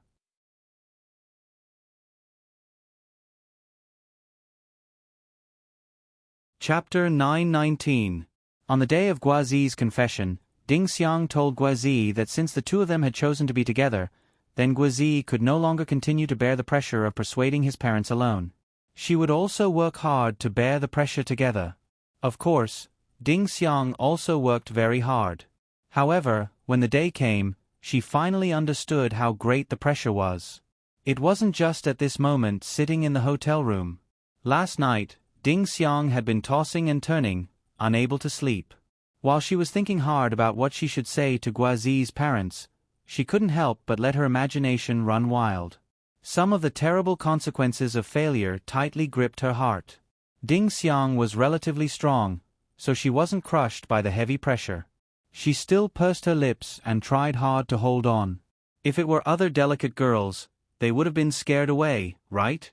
Just as Ding Xiang sat in the corner of the room, holding a cup of hot water that Guazi had eagerly handed to her, and silently reciting some of the responses that she had researched last night, suddenly Guazi shouted, "Brother Yang, these are my parents."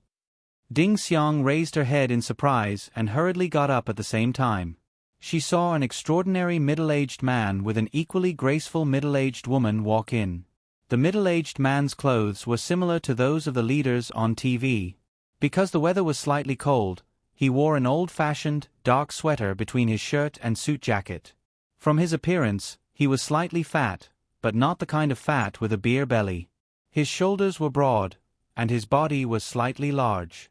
However, compared to Guazi, who hadn't lost weight yet, he could be said to be much thinner. Perhaps it was because he had been visiting the districts all year round, but his steps were steady and gave people a sense of authenticity.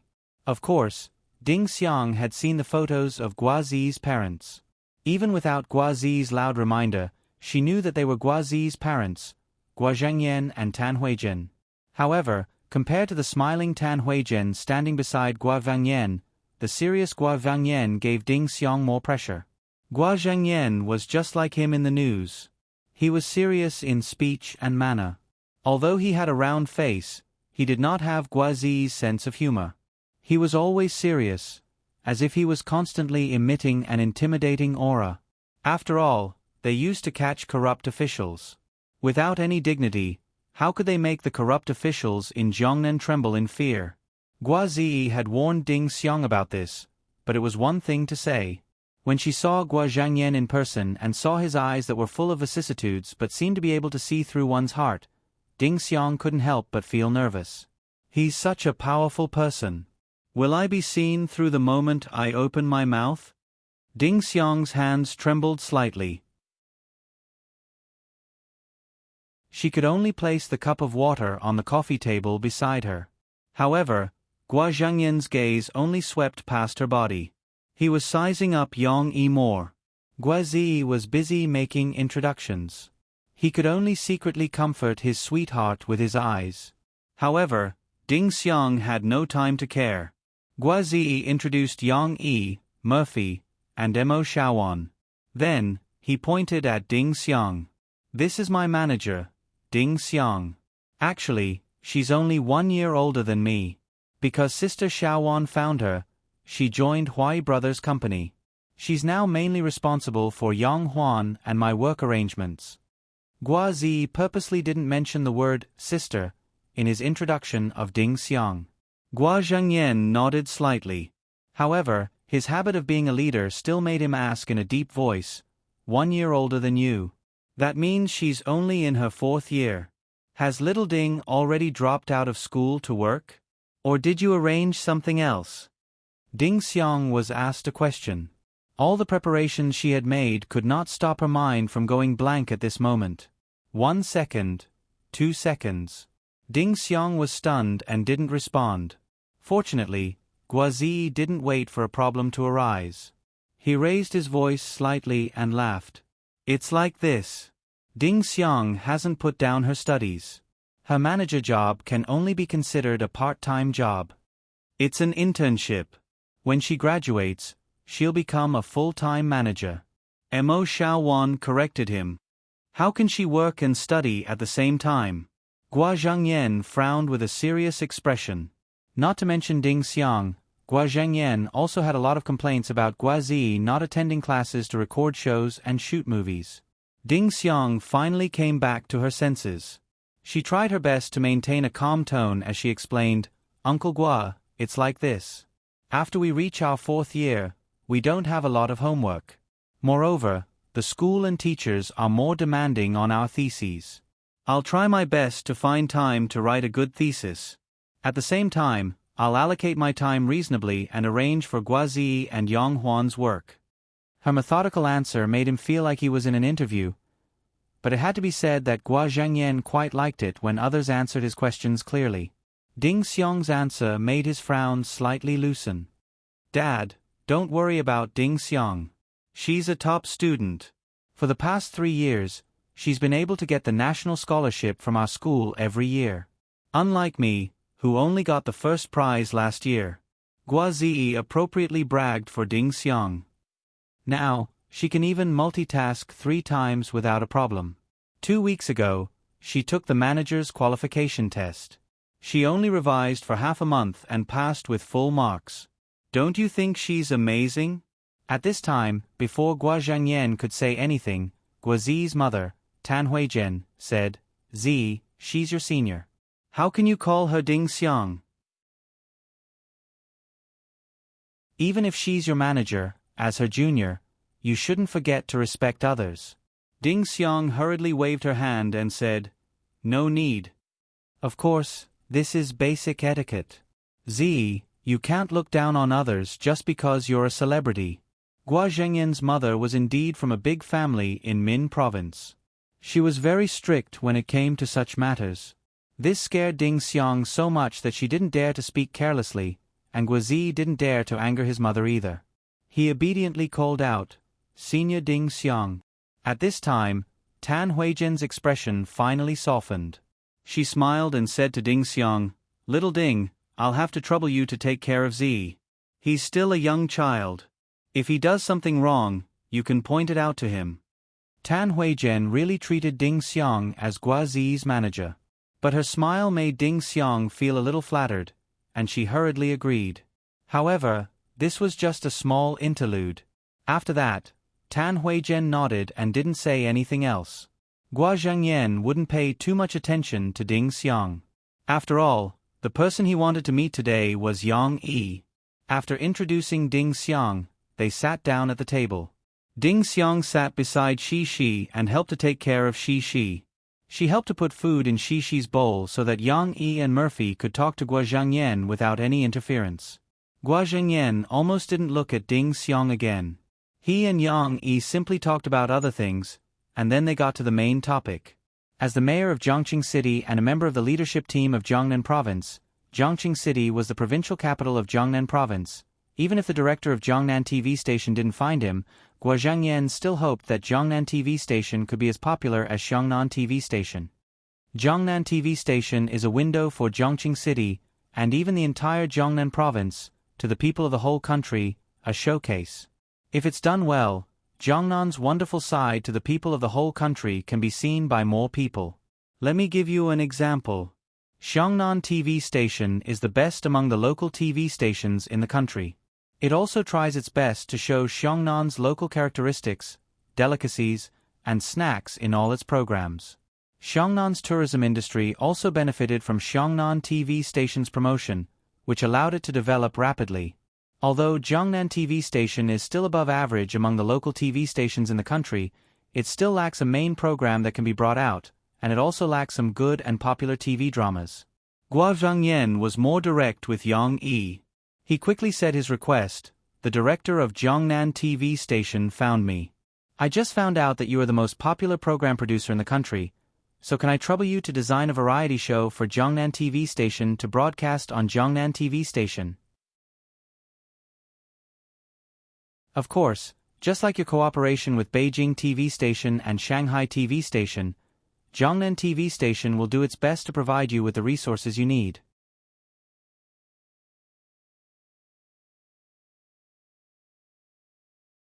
Chapter 920. For Yang Yi and the others, the main purpose of their visit today was to boost Ding Xiang's courage. At the same time, they could put in a few good words for Guazi's parents, praising Guazi's bright future as an actor, so that they would be less worried about Guazi's future. However, Yang Yi did not expect that Gua Zhangyan, the mayor of a provincial capital, would help the TV station to persuade him to help design a program. Of course, there were reasons behind this that Yang Yi did not know. For example, the Jiangnan TV station head was Gua Zhangyan's university classmate, and Guazi had to address him as uncle.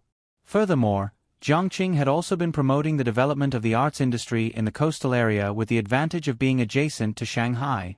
Gua Zhangyan, the mayor, was also willing to make a trip, not to mention the relationship with Guazi. Of course, this was not to take advantage of Yang Yi. Gua Zhangyan had already said that it would still be business as usual. Whatever treatment Beijing TV station gave China Star, Jiangnan TV station would also give it to them. Gua Zhangyan's official title could not suppress Yang Yi, but he did not mind at all. However, he was Guazi's father, so Yang Yi could not reject him directly. Moreover, thinking about it carefully, there seemed to be room for maneuvering. In this world, Jiangnan was geographically similar to the two provinces in Yang Yi's previous world. The status of Jiangnan TV station in the local TV stations was similar to the status of the two provinces in Yang Yi's previous world. Although it could not be compared to Xiongnan TV station, it was still considered an outstanding talent in the second tier. It also had a considerable number of loyal viewers nationwide. Jiangnan TV station was located in the coastal area. Due to Jiangqing's support, many well-known talent agencies and record companies had also moved here from Shanghai, where the rent was expensive. Therefore, Jiangnan TV station did not have to worry about the resources for artists. Of the two programs that Yang Yi had created, the ultimate challenge was given to Shanghai TV station, and China's Voice was given to Beijing TV station. As for who to give the third program to, it was still an undecided question for Yang Yi. Whether it was from the viewership ratings or the profits from market operations, handing it over to Xiongnan TV station was of course the best choice. Unfortunately, Yang Yi had quite a bit of conflict with Xiongnan TV station. Even though the person involved had been arrested, he still had a prejudice against Xiongnan TV station. The straightforward Yang Yi naturally wouldn't hand it over to them. In that case, Jiangnan TV station, which was willing to provide resources and promised great convenience and support, was also a good choice. Jiangnan television station's variety program operations were still not mature enough.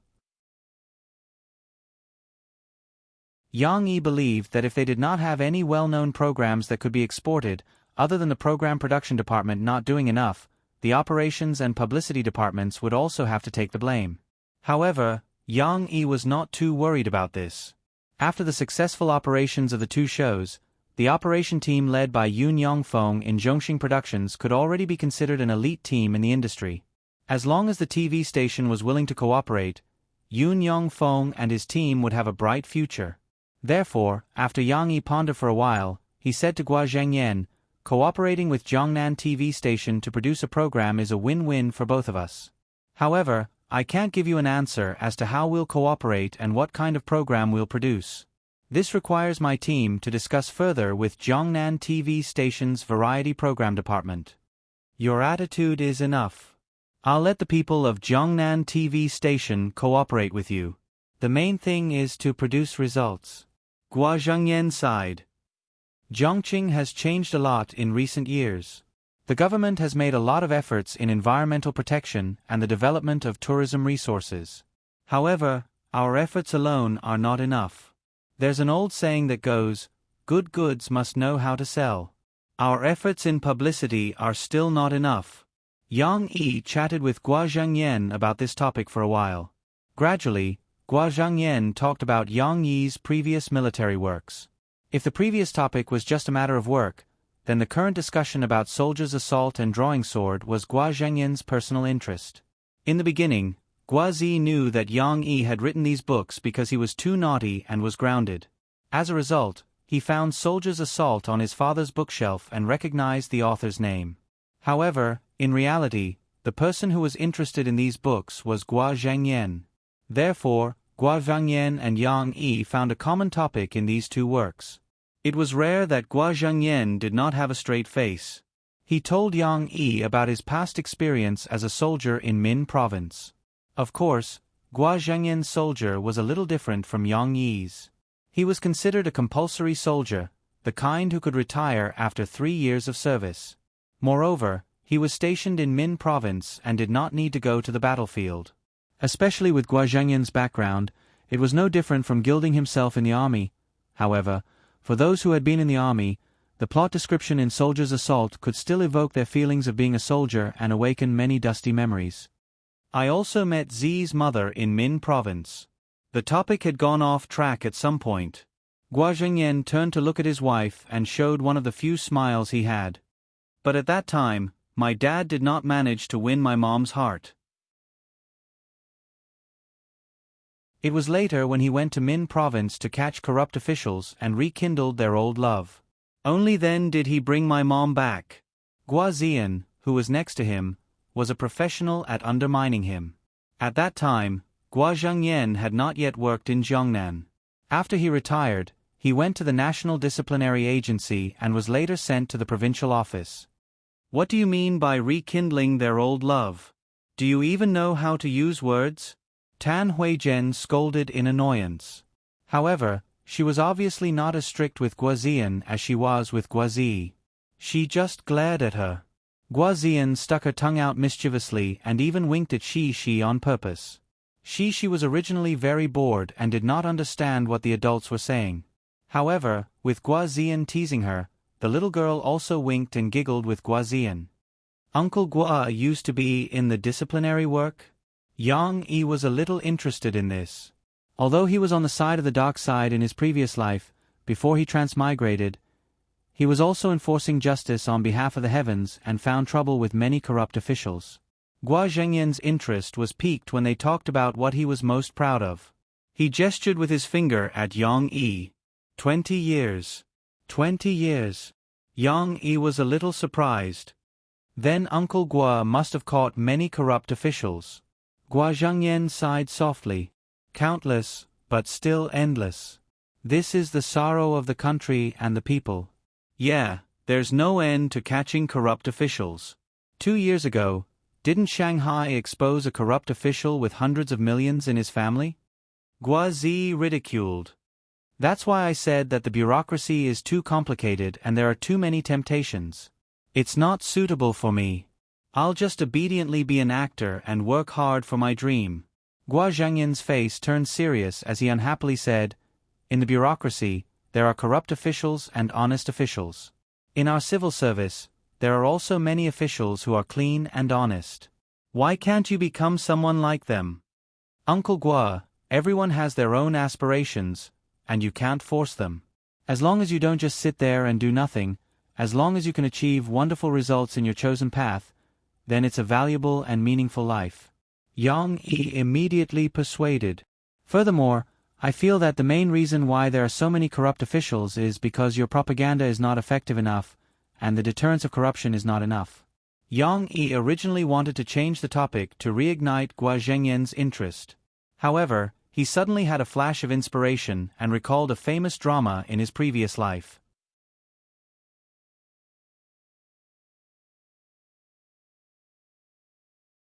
Chapter 921.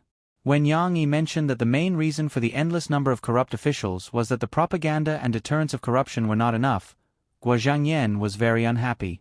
His face darkened and he said, "The existence of the discipline inspection team is a great deterrent to corrupt officials."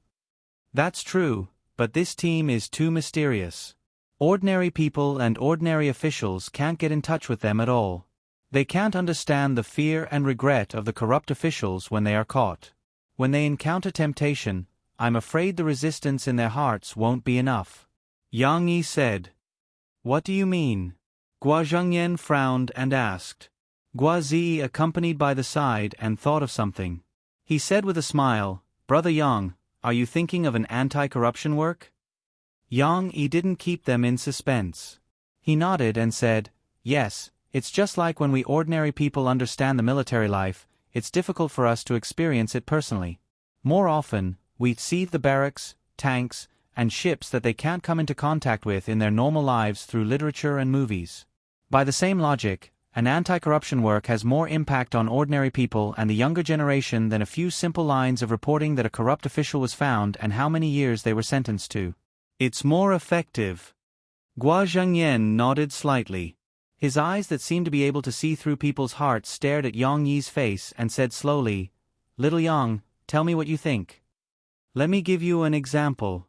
Let's say that on TV, there is an anti-corruption TV series with high ratings. Everyone is watching it. At this time, there is a scene like this. The people of the Discipline Inspection Department found a corrupt official. In his house, they found a wall full of banknotes and a bed full of banknotes. In the TV camera, the corrupt official cried bitterly in the background of hundreds of millions of banknotes. How shocking would it be? Yang Yi said. Gua Zhengyan was fine. He had seen a lot of corrupt officials cry bitterly in the past. Gua Zi was surprised and asked, a wall full of banknotes? There are corrupt officials who are so stupid. They don't keep their money in the bank but at home. Aren't they afraid that rats will eat it? Also, if it were gold or diamonds, wouldn't it be easier to escape like that guy in Shanghai? Yang Yi explained, this is an artistic effect. You want to highlight the greed of the corrupt officials in your artistic works. You want to display all the corruption to be more direct and shocking. No, this is not an artistic effect. Gua Zhengyan waved his hand, his finger gently tapped on the table, and said seriously, in reality, there are indeed people like this, and there are many corrupt officials who try to hide money in their secret real estate. Money is easier to spend than gold and silver. It's even more impossible to keep it in the bank. After the accident, it's too easy to trace it and freeze it. Does that mean this situation is real? No wonder Big Brother Yang said that it would be more effective to make it into a TV series. Many people don't know about this. Gua Zi said. Not only is this image shocking, but the most important thing is the repentance of the corrupt official in this image. Yang Yi then vividly recited Zhao Dehan's repentance after his psychological breakdown. Especially when Yang Yi read, my family has been farmers for generations, and I'm the son of a farmer. I'm afraid of being poor. At this time, the prosecutor reprimanded, why didn't you think of yourself as the son of a farmer when you were embezzling money? Why are Chinese farmers so unlucky? Why do they have such a bad son like you? Yang Yi played two roles. His fierce imitation made Gua Zi want to laugh, but he suddenly felt that he couldn't laugh. Every sentence hit the heart. Gua Zhengyan couldn't help but slap the table and said angrily, well said, why are Chinese farmers so unlucky? Xiao Yang's sarcasm is spot on. All the corrupt officials in our country are like this. When they're greedy for money, they don't mention that they're the son of a farmer. When they're caught, they all say that they're the son of a farmer. Don't slap the table and chair. The children are still watching. It's not good to scare them. Tan Huijian whispered to remind Gua Zhengyan, who was a little too excited. Gua Zhengyan was affected by Yang Yi's words. It was as if he had returned to the days when he fought against corrupt officials. Of course, as the mayor of a city, Gua Zhengyan's temperament was definitely not bad. He quickly regained his composure. Xiao Yang's idea is very good. Anti-corruption-themed works can indeed serve as a warning to the younger generation. It can also educate more people. Don't stretch your hand, or you'll be caught. Gua Zhengyan said in a deep voice, go ahead and do your work. Jiangnan TV station will provide you with the greatest convenience. If you need material, I can also let my colleagues in the Discipline Inspection Department communicate with you. In fact, Yang Yi didn't need material. Not to mention that he could copy the original TV series, even if it was a real anti-corruption case, he had many of his own. He had seen too many corrupt officials hide and ask for money. The key to filming this movie was still a large group of veteran actors. Yang Yi thought for a while. The only person he could think of was director Chan Fengchen. But there was a problem. Chan Fengchen was from CCTV. However, with the help of Jiangnan TV station, there should be no obstacles in the system. After chatting with Gua Zhangyan for a while, Yang Yi decided that he would invest in this anti-corruption themed movie. This movie would also be aired on Jiangnan TV station. This kind of movie indeed needed the support of the government to continue filming. However, Yang Yi still felt that this movie was very interesting. After all, in his previous life. After talking about this topic, under Tan Huijian's suggestion, they no longer talked about official matters. Instead, they talked about other relaxing topics. Gua Ziyan rested her chin on her hand and asked with a gossipy face, "Brother, tell me, how did you get to know Uncle Yang?" "How did I become Uncle Yang?" Yang Yi didn't know whether to laugh or cry. Gua Ziyan giggled and said, She and I are brothers now." "No, we are sisters now. She calls me sister, so of course I have to call you uncle." She, who had sat beside Gua Ziyan, also giggled. She gestured and said, "Yes, because I am your sister, you have to call me Uncle Papa. I will also call you Uncle Xiao Gua." "You are the one who calls him Uncle Xiao Gua, not the other way around." Gua Ziyan corrected Shi's words with a smile. Gua Zi wanted to cry but had no tears. "Gua Ziyan, I am not much older than you. How can I be older than you?" However, when it came to how Yang Yi and Gua Zi met, it was a long story. Yang Yi tried to make it as simple as possible. When he talked about the history of how he met Gua Zi, he also mentioned that it was Gua Zi who recommended Ding Xiang to work part-time in Yang Yi's coffee shop. "Sister Ding Xiang is also an employee of your coffee shop?" Gua Ziyan asked in surprise. Mo Fei also took the opportunity to say a few more good words about Ding Xiang. "Yes, Ding Xiang is very diligent and can make cakes." At that time, Xiao Guo often came to the shop because Ding Xiang's cakes are very delicious. "I learned it from Brother Yang," Ding Xiang explained embarrassedly. At this moment, it seemed that they had returned to the original script. Mo Xiaowan also took the opportunity to say, "Actually, it's not good to eat too much cake. Xiao Guo put on too much weight last year, and he also realized it. In order to expand his acting career, he needed to lose weight. Our people made a detailed weight loss plan for him. The plan was basically carried out and supervised by Ding Xiang. However, it was also thanks to Ding Xiang's cooking that Xiao Gua could eat healthy and not eat bad food. Now, uncle, auntie, what do you think of Xiao Gua's weight loss plan?" Here, Mo Xiaowan couldn't give all the credit for losing weight to Ding Xiang. That would arouse suspicion. He lost a lot of weight. If he didn't say that he was on a diet, I would be worried. Tan Huijian smiled. "Only people who lose weight will have energy." Gua Zhangyan commented concisely. "Sister Ding Xiang also cooks for my brother?" Gua Ziyan blinked and said in surprise. She was a little bored, so she tugged at Gua Ziyan's clothes. "It's mainly because when Xiao Gua was filming and recording in Shanghai, we hired a nutritionist to determine the amount of nutrients and calories that Xiao Gua needed to eat every day. In the end, this heavy burden fell on Ding Xiang. However, Xiao Gua was also very persevering. He persisted in exercising and finally lost weight," Mo Xiaowan said casually. "It's all thanks to Ding Xiang. Z is still young and immature. With a meticulous manager taking care of him, we can rest assured." As Yang Yi and the others only mentioned Ding Xiang casually, Tan Huijian did not notice it. However, from a mother's point of view, she looked at Ding Xiang with admiration and approval. In modern urban life, there were not many girls who could take care of others. Gua Ziyan was pestered by Shi, so she could only lower her head. She heard Shi whisper, "Sister, let's ignore them. The adults are too bored. Let's go to the side and chat, okay?" "Hey, I haven't finished listening." "Okay, I'll give it to you. Why are you so interested in high school life?" Gua Ziyan wanted to continue listening.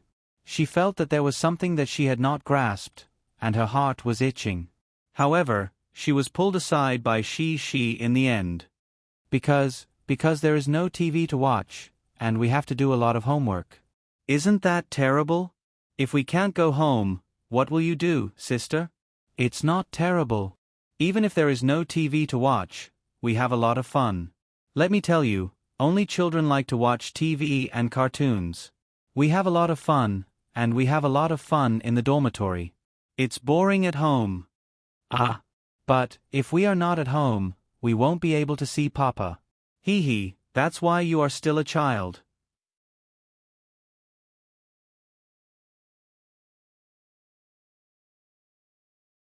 Chapter 9:22. As the night deepened and the lanterns were lit, the beautiful river town entered its nightscape mode. In a nanny van, Murphy was sighing to Yang Yi. I was a little nervous for Ding Xiang. Although I knew that Xiaoguo's father was the mayor, I never expected that the mayor would be so terrifying. Don't be fooled by my words. I didn't even dare to look Xiaoguo's father in the eye. He's too stern, even more imposing than the police. Is he as imposing as our father? Yang Yi teased.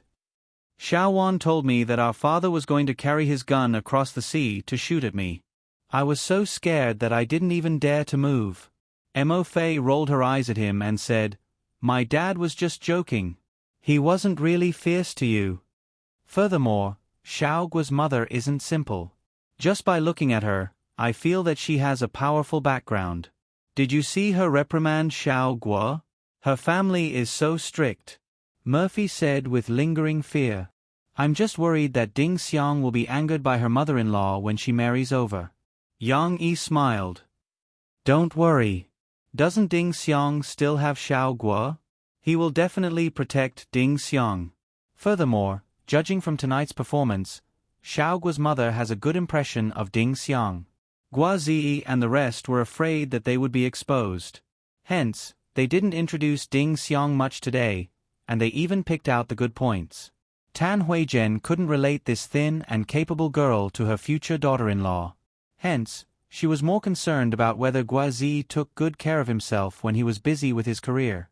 But when she heard that Ding Xiang was not only good in her studies, but she could also help Guo Ziyi at work. She was also good at cooking, and under the company's arrangement, she had contributed a lot to Guo Ziyi's weight loss. Hence, she naturally admired Guo Ziyi as a work partner. I'm telling you this because she doesn't know that Ding Xiang is little Guo's girlfriend. If she knows, she'll definitely ask for more. Murphy said seriously. Yang Yi felt that Murphy's words were very reasonable, but he couldn't think of any good ideas. He could only sigh softly. This will depend on little Guo and Ding Xiang's own efforts. After all, we are outsiders and can't help much. Yang Yi and Murphy fell into silence. This topic was obviously too difficult. She sat in the back seat and listened to her parents' conversation. She was so confused that she couldn't interrupt or find a chance to speak. She couldn't sit still any longer. At this moment, it just so happened that the conversation between Yang Yi and Mo Fei had come to an end, and the car fell into silence for a while. Cici, who had been twisting around, was delighted to find that her opportunity had come. Papa. She hadn't spoken much to her father tonight. At this moment, her excited voice was clear and crisp, like the sound of jade gently colliding with each other. Yang Yi drove and responded with a nasal voice. She didn't care about these details and asked crisply, Papa, do you know why I like elementary school the most? This question was a little out of the blue, and Yang Yi was also confused. He asked doubtfully, I don't know why. Because I know. We don't have much homework, and I can watch TV, but Sister Xiao Yan can't watch TV. Then, she has to be asked to stay in school by the teacher and can't go home at night. She's understanding seemed to be a little different from what Guo Ziyan had told her. It was self-study at night, but she mistakenly thought that it was being asked to stay in school by the teacher. Murphy was very naive, and asked in surprise, Stay in school? Why does she have to stay in school? Because she has a lot of homework. She excitedly opened her small hands and described a lot of homework that she understood. Oh, it's normal to have a lot of homework. After all, your sister Xiao Yan is a high school student. She has learned more knowledge, so of course, she has a lot of homework. Murphy said with a smile. She didn't answer her mother's question, but said, then Sister Xiao Yan also said that they are actually very fun at school. She said that there are a lot of things, and that they don't live at home, they can live with their classmates. Speaking of this, she giggled again and said sweetly to her father, Papa, do you know? I don't want to grow up, I don't want to go to high school like Sister Xiao Yan, do you know why? Why?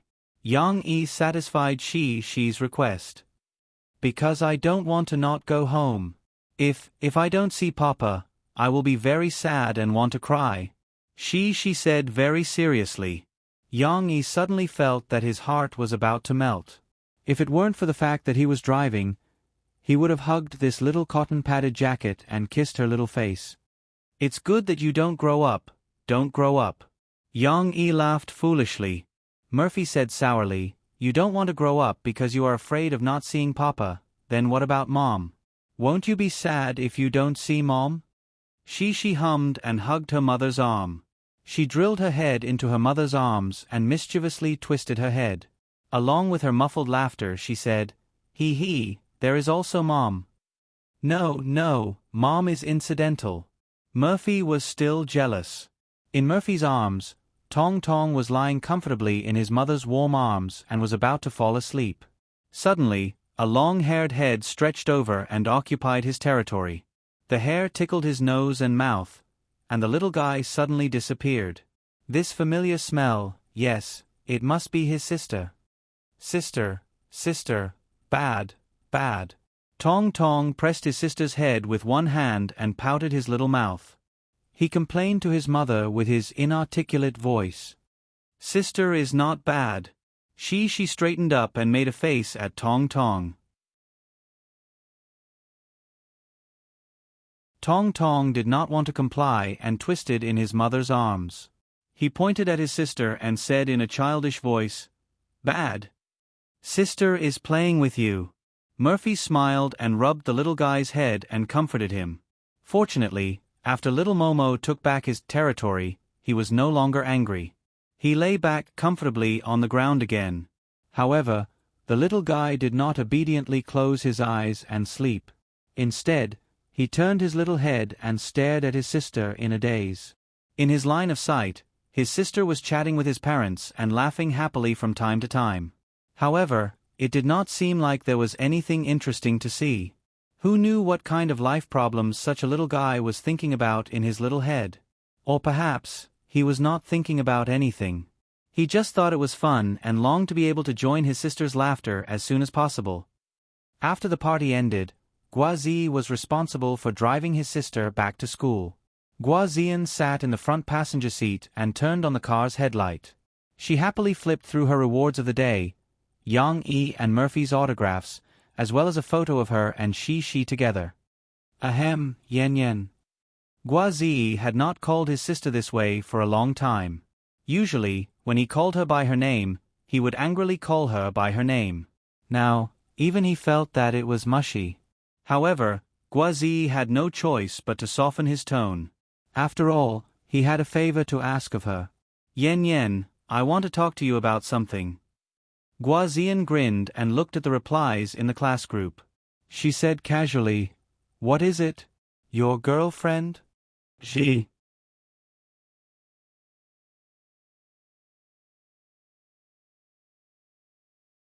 Chapter 923. Guazi was still thinking about how to tell his sister about this and ask for her help, when Guazian suddenly threw out the trump card, which scared him so much that he slammed on the brakes. Luckily, Guazi drove his sister back to school, and there were not many cars on this road, so his sudden slamming on the brakes didn't cause a rear-end collision. Both the car and the people were fine, but Guazian's hand trembled, and the phone fell to the ground. Guazian was relatively calm. She bent down to pick up the phone under Guazi's panicked gaze. Guazi forgot to drive. He stared at Guazian with wide eyes and kept turning his head to look at her. That's right. She was chubby and had a round face. She had nothing to do with being pretty or graceful. This girl was his sister, but she wasn't a famous detective. She didn't have a familiar background music with her. How did you know? Guazi looked at Guazian for a while and finally couldn't help but ask. There were no cars coming and going, but he couldn't stop in the middle of the road for too long. After Guazi asked, he slowly started the car. However, he drove very slowly. His mind was in a mess as he waited for his sister's reply. I can tell. Guazian snorted softly and said proudly, It's very obvious, okay? Look, Dad invited Yang-yi to dinner. It's reasonable that he brought his family, but why did he bring your agent? I didn't even see Sister Yang-hwan. Yang-hwan had something to do, and Ding Xiang came with Sister Xiaowan, Guazi said hesitantly. There's something else. I found that tonight, you were all praising Ding Xiang intentionally or unintentionally, Guazian said. It's so unusual. There must be something wrong. You should call her Sister Ding Xiang. Guazi felt awkward and said weakly, There's something else that's unusual. That is, you actually lost weight. I thought it was very strange before. How did you succeed in losing weight? Guazian curled her lips and said, So you have a girlfriend. Guazi was a little annoyed. He raised his hand and wanted to pat the steering wheel, but in the end, he put it down and asked unwillingly, Is it really that obvious? Dad and Mom noticed it too? He felt that everyone had cooperated well today, and there was no possibility of them being exposed. Mom and Dad didn't notice it. Only your clever and quick-witted sister noticed it. Guazian chuckled. Was that really the case? If Guazian was really that smart, she probably wouldn't be at the bottom of the list, and Tan Huizhen wouldn't use Guazi's achievements to beat her up every time her results were mentioned. Guazian found out that Ding Xiang was Guazi's girlfriend because when she was chatting with Shi accidentally let it slip. When they returned to the dinner party, Guazian was stopped by Shi.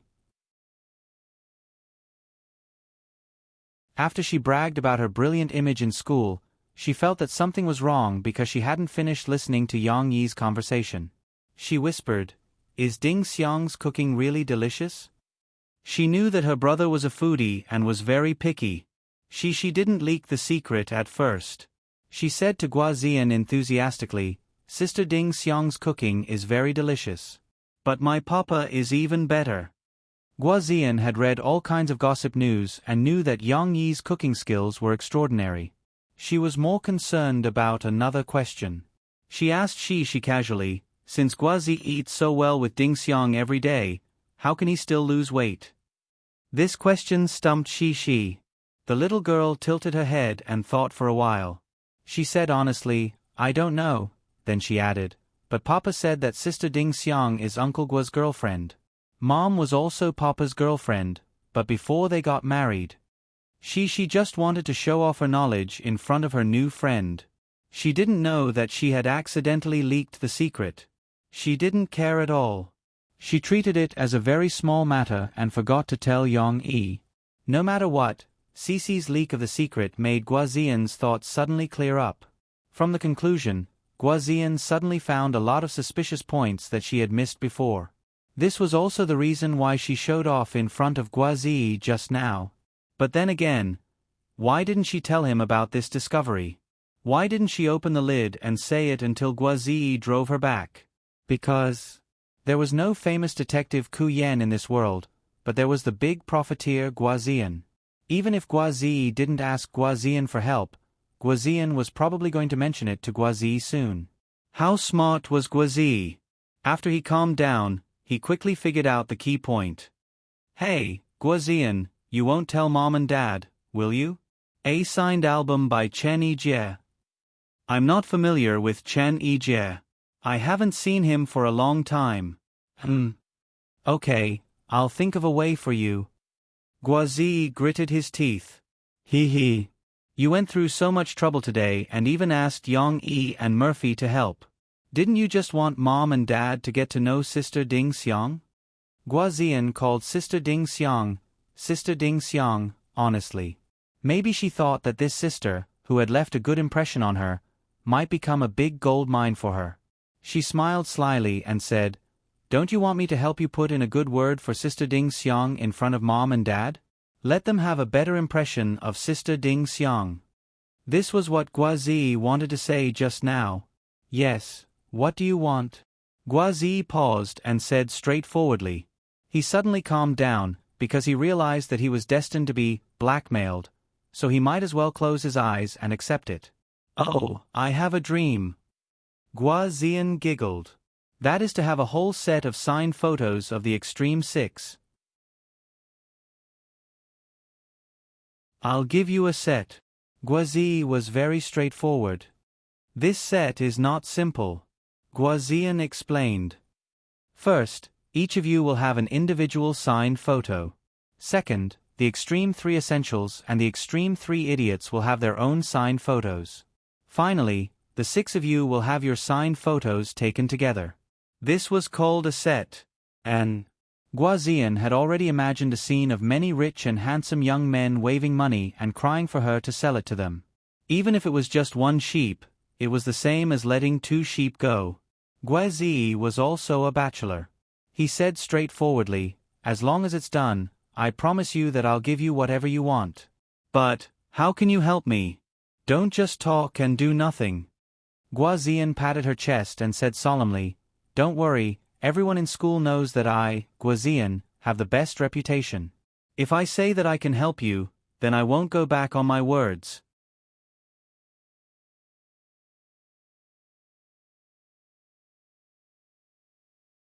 Chapter 924. Half of the new week had quietly passed, and November was gradually approaching the middle of the month. In the past few days, Yang Yi had not forgotten Shi Shi's request. He had communicated with Lan Cao Kai and helped Boss Lan adjust the way he disciplined Lan Xian. Just like Shi Shi, Lan Xian also enjoyed the incentive mechanism of working hard to earn gold coins. Of course, it also depended on the person. Other than earning gold coins from doing housework and studying, Lan Xian could also use the time she spent exercising to exchange for the corresponding amount of gold coins. Moreover, her gold coins were also very useful. For example, 3 gold coins could be exchanged for the permission to eat at Shishi's house, and 10 gold coins could be exchanged for the chance to have Yang Yi make her any delicacy she wanted. If it was said that exchanging gold coins for the permission to watch television was a necessity, and exchanging gold coins for dolls wasn't attractive to Lan Xian, then exchanging gold coins for delicacies was an important reason why Lan Xian couldn't raise any objections to these harsh requirements. Not only that, but Lan Xian's enthusiasm was completely aroused. "Uncle Yang, can I still come to your house today and do my homework with Shishi?" In the car back in the evening, Lan Xian asked enthusiastically. Yesterday, because Wu Jingjing had gone out shopping, she had come back rather late, so Lan Xian had stayed at Yang Yi's house to do her homework with Shishi. It had to be said that with the 2 children doing their homework together and encouraging each other, Lan Xian's efficiency was also much higher. Before Yang Yi could reply, Shishi happily danced around and said, Yes, Xian, you can come to my house to play again." Yang Yi smiled and said to Lan Xian, "Of course you can, but you have to promise Uncle that you can't whisper to Shishi when you're doing your homework. If you do, you probably won't be able to finish your homework." "Yay, Shishi, I can go to your house to do my homework." Lan Xian didn't even finish listening to Yang Yi's words and was already cheering. The Lan family was more than happy for Lan Xian to come over to study with Shishi. After Yang Yi sent Lan Xian home, Wu Jingjing instructed a few servants to move Lan Xian's desk out of the Lan house and into the side hall of Yang Yi's house. From the looks of it, she didn't want to leave. Yang Yi didn't care. Mo Fei also invited Wu Jingjing to stay for dinner. Good. Today I want to eat at Shi's house." Lan Xian, who was standing at the side with her school bag, had very sharp ears. When she heard the keyword, she suddenly turned her little head and said happily with her eyes shining, "If you want to eat at Shi's house, then you have to take out 3 gold coins." Wu Jingjing was impartial. She stretched out her right hand and said, No, I'm with my mother. Shi's mother is treating us to dinner. We don't have to spend money." When Lan Xin heard that she wanted her precious gold coins, she suddenly became anxious and argued at the top of her voice. Shi's mother is treating me to dinner, not you. Wu Jingjing shrugged her shoulders. For the sake of her daughter's grades and health, she didn't know how many times she and Lan Zhoukai played bad cop. At this moment, she didn't want to leave any room for Lan Xin to be lazy. If you have 3 gold coins, of course, you can stay for dinner. But if you don't, then you have to go back and eat the food cooked by Grandma Wu. Lan Xion's small mouth immediately pouted. She could almost hang an oil bottle on it. I don't have 3 gold coins. I only have 1. Murphy, who had been quietly observing the situation, finally couldn't help but ask, only 1? When Auntie gave you and she the gold coins yesterday, didn't you say that there was 1 more? Then there should be 2. Adding up the one you used to finish your homework today, you should have 3 gold coins. Wu Jingjing laughed and said, when she went back last night, she couldn't help watching TV. If it weren't for the fact that she had to go to bed, she probably wouldn't have been able to keep the remaining gold coin. Lan Xin didn't want to exercise, so she could only rely on doing homework to earn the subsistence allowance. She thought that as long as she didn't watch TV, she could earn 3 days of subsistence allowance and go to Shi's house for dinner. Who knew that she still couldn't resist the temptation last night? You all don't want me to come to Shi's house for dinner? Lan Xin said dejectedly, I don't even have 3 gold coins, boo-hoo. Lan Xin even had a sobbing tone, but the little girl didn't cry. She just rubbed her eyes with her hands and quietly observed through the gaps between her fingers, trying to find a trace of concession on the adults' faces. My big Xionaire is so cute. She should pity me, right? However, she didn't. Wu Jingjing was too familiar with Lan Xion's 3 axes. She even pulled Murphy and said with a smile, don't mind her. If she can't finish her homework, she won't have any gold coins today. If she doesn't want to exercise, she probably won't be able to save 3 gold coins in her lifetime. However, the adults didn't pity Lan Xian. She cared about her little friend. Cici, who had run upstairs at some point in time, ran down while hugging her little treasure chest. Xin, why don't I lend you 2 gold coins? When you have money, you can return them to me. Shi's concern made the somewhat desperate Lan Xian feel as if she saw an oasis in the desert. She was overjoyed. She removed the small hands that were covering her face and looked at Shi with bright eyes. Really? Shi, do you want to lend me your gold coins? Yes. She nodded her small head and opened her little treasure chest. When the treasure chest was opened, there was a layer of shiny, gold coins inside. Lan Xian was immediately dazzled by the sight. Wow, so many gold coins! Lan Xian's eyes almost popped out. She looked at it enviously, as if she saw pieces of floating cake. She really worked hard to earn gold coins. The little girl wasn't like Lan Xian, who tried to live off the subsistence allowance in exchange for opportunities to enjoy life. In addition to the gold coins she saved from doing her homework, she also worked hard to find opportunities to help her father do the housework and help her mother change Tong Tong's clothes. After doing a lot of things, after deducting the money that she spent on watching TV, she finally saved up a lot of gold coins. She wasn't a miser. She was willing to spend money. She spent some of it on watching TV. She also planned to wait until the weekend when she could go shopping. Then she would cross off the rest and buy the doll she wanted. Of course, 4 gold coins wasn't a lot. It was only enough to put 1 layer in Shi's little treasure chest. However, for Lan Xian, who had never saved up 3 gold coins, this was definitely a huge sum of money. How could she not feel envious? Look, Shi is so hardworking. She also works other jobs, but you don't want to use exercise to earn gold coins. Now you want to eat at Shi's house, but you don't have any gold coins, right? Wu Jingjing took the opportunity to lecture Lan Xian. But Shi said that she wanted to lend me money. Lan Xian blinked. At this moment, she wasn't anxious and said calmly. It seemed that Lan Xian had found a gold mine that could be mined.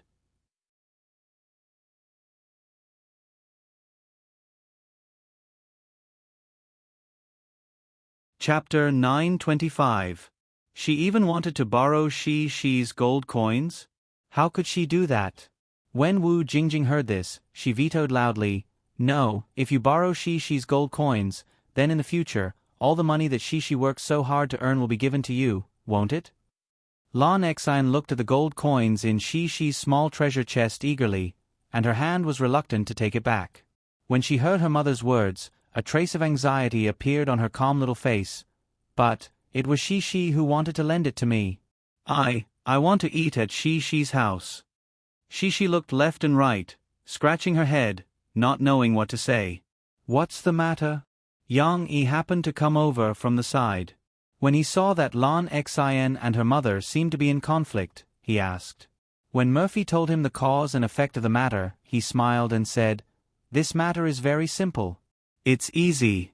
It's not impossible for you to borrow gold coins from Cici." A glimmer of hope rose in Lan Xan's heart again, and she looked at Yang Yi expectantly. Wu Jingjing also nodded at this time and let Yang Yi handle this matter. When it came to educating children, Yang Yi and Murphy seemed to be more patient and resourceful than her. "What are we advocating? Through your own efforts, you can get the things you want, food, and happiness you want." Yang Yi said, "It's okay to borrow money, but in order not to make you rely too much on borrowing money from Cici, or in the future, when Cici borrows money from you, she will forget that she still needs to work hard to earn money. You have to praise your mother for this. In order to prevent this from happening, we have to make a pact before you can borrow gold coins from Shi." "What pact?" Shi asked curiously. Lan Xan nodded vigorously, as if she only wanted to be allowed. "Hurry up, Xan still wanted to eat a big meal." "That's right, there are 3 requirements. First, you can't lend more than 1 gold coin in a day, that is to say, you can only borrow 1 gold coin at a time," Yang Yi said. Lan Xan pouted her small mouth again. But, doesn't that mean I can't eat at your house?" "Why not?" Yang Yi was a little confused. He didn't know that Shi said that she wanted to lend 2 gold coins to Lan Xan, which misled Lan. But it didn't matter. Yang Yi now, Lan Xan. "You already have 1 gold coin, right?" Lan Xan nodded. "Then, before you eat, you have to do your homework seriously. Can you earn a 2nd gold coin with Shi? Yang Yi said with a smile, "With 2 gold coins, you can borrow 1 from Shi, right?" "That's right." Cici immediately reacted and nodded repeatedly. Lan Xan was a little slower. She counted with her little fingers for a while and then nodded. "Well, the first requirement is no problem. Let's move on to the 2nd requirement." "The borrowed gold coins must be returned on the same day," Yang Yi said gently. "This is also because I am worried that you will forget to return the gold coins if you delay for too long." Lan Xan raised her small head in surprise and asked, But how can I have the money to return to Shi? Lan Xan, who only wanted to eat the minimum wage, could only rely on doing homework to earn that 1 gold coin a day. Shi, who was at the side, blinked her eyes. At this moment, the little girl was also thinking. She felt that it was too stingy to chase others for a gold coin. What's more, this was her little friend, her best friend. "Papa, how about, you don't need Xan to return it?" "I don't care, I still have 3 gold coins, I can ask Papa for a doll." She poked the gold coins in her small treasure chest with her little finger and actually showed a happy expression. Hearing this, Lan Xan felt that she was the happiest person in the world. She was overjoyed, turned around and hugged Shi, and happily said, "Shi, I like you the most. In the future, if you borrow money from me, I won't ask you to return it." In fact, the saleswoman was also a very generous person, which could be seen from her performance in kindergarten before.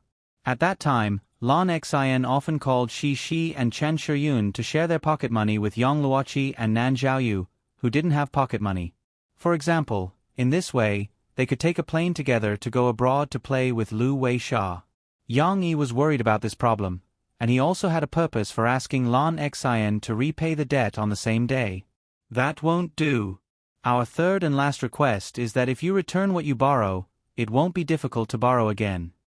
Yang Yi decisively blocked all the loopholes that Lan Xian wanted to be lazy. Shi, you can't indulge Xian air, it will make her develop a bad habit. Before Lan Xian felt sad, Yang Yi smiled and gave Lan Xian an idea. Xian, in fact, you are fully capable of returning the gold coin to Shi tonight. If you want to go for a walk after dinner, you can follow Uncle Yang and practice the martial arts that Shi practices every morning. After practicing for an hour, you can repay the gold coin. After practicing for 2 hours, you can still have 1 gold coin left after you repay Shi's debt. This was also Yang Yi's main purpose. He wanted to use this opportunity to encourage Lan Xian, who had been unwilling to practice, to be willing to exchange her practice for gold coins. Lan Xian hesitated. On one hand, she was looking forward to the delicious food, and on the other hand, she felt that it was hard to choose. Shi envied, wow, Xian air, you can earn gold coins like this. My papa said that I don't have any gold coins for practicing. After struggling for a while, the desire for delicious food prevailed. Lan Xian hesitated for a moment, and finally nodded her little head and said, well then I will practice martial arts to repay Shi. Yang Yi smiled. Before he could encourage Lan Xian, Shi excitedly held her small treasure chest and jumped up and down, saying happily, Xian, then you can eat at my house. Lan Xian also smiled happily at Shi, and the 2 girls jumped up and down. However, motivated by the delicious food, Lan Xian did not forget the business. She asked Shi for a gold coin and carefully put it together with the gold coins hidden in her school bag. Then, she turned her head and called Shi, let's do our homework quickly. It's time to eat. The 2 girls excitedly sat in front of their small desks and opened their textbooks and workbooks. Yang Yi and the others stood on the side and watched for a while with gratification. Wu Jingjing could not help but sigh with emotion. Yang Yi, you have a way to make them willing to study and practice. Yang Yi smiled and explained in a low voice, actually, sometimes we don't have to rush to say no to children. Most things, under certain conditions, can still play a positive role. Like borrowing money and eating, don't rush to deny. We need to remember that the main purpose of the whole system is not to stop children from doing something, but to encourage them to do something. As long as we can achieve our main purpose, then these small problems can be solved flexibly. After Yang Yi finished speaking, he went back to the kitchen to cook. Soon, the fragrance of the dishes floated to the side hall. Lan Xian, who was sitting in front of the desk, was encouraged by the smell of the results, and did her homework very seriously. It had to be said that Lan Xian was also a very smart child. Previously, she did not like to do homework, and her grades slipped because she was too lazy. Now, she did her homework without any carelessness, and she did not need to copy Shi's homework. How could a first-grade homework be difficult for Lan Xian?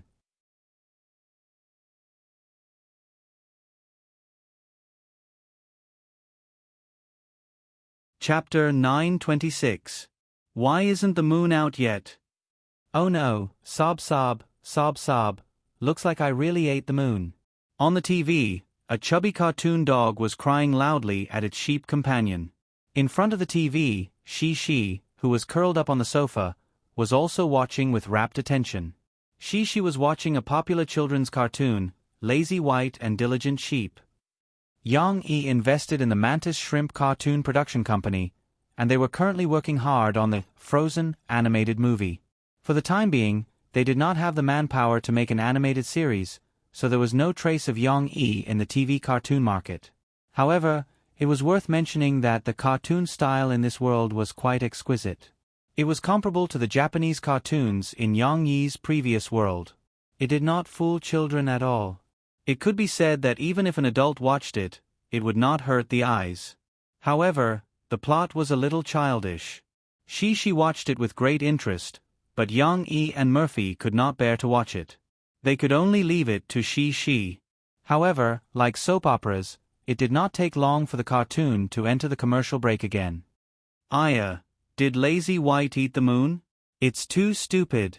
She finally retracted her gaze. She could not help but mutter.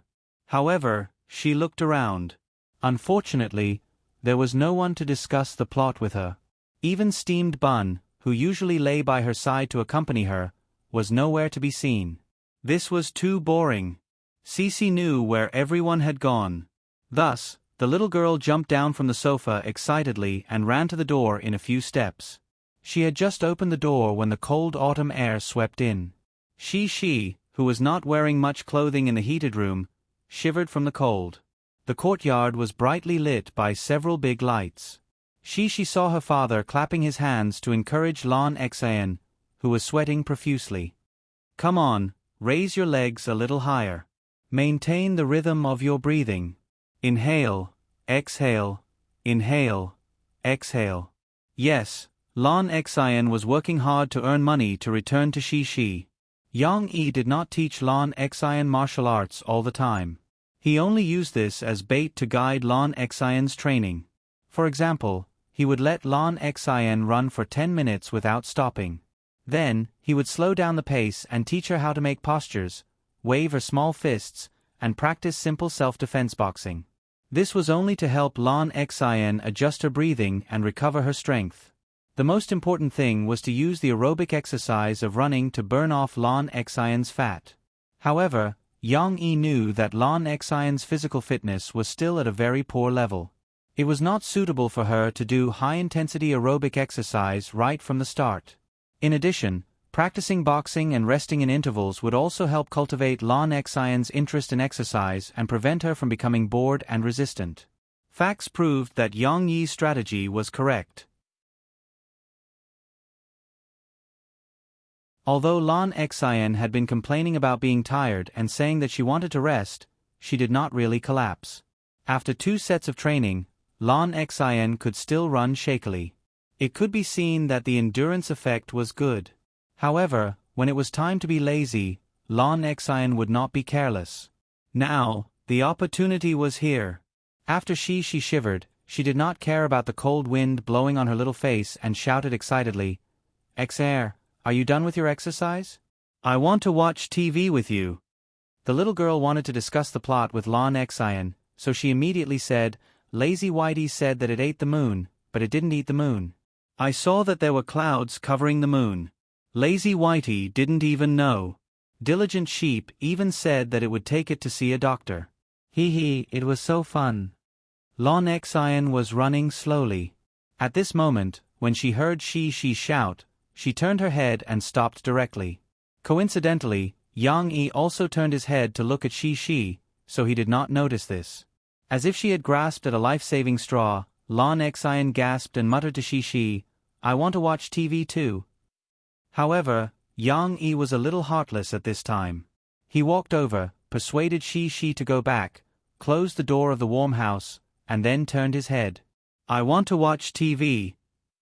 Lon Xian looked at Yang Yi pleadingly. Her tired appearance was very pitiful. "Not now, you have to continue training. There are still 15 minutes left. Hold on a little longer." Yang Yi encouraged, "You will get a gold coin soon. Then, you can return it to she. There are only 15 minutes left. You don't want to waste all your previous efforts to train for so long, right?" "But I want to watch TV." Lon Xian pouted and pulled Yang Yi's arm reluctantly.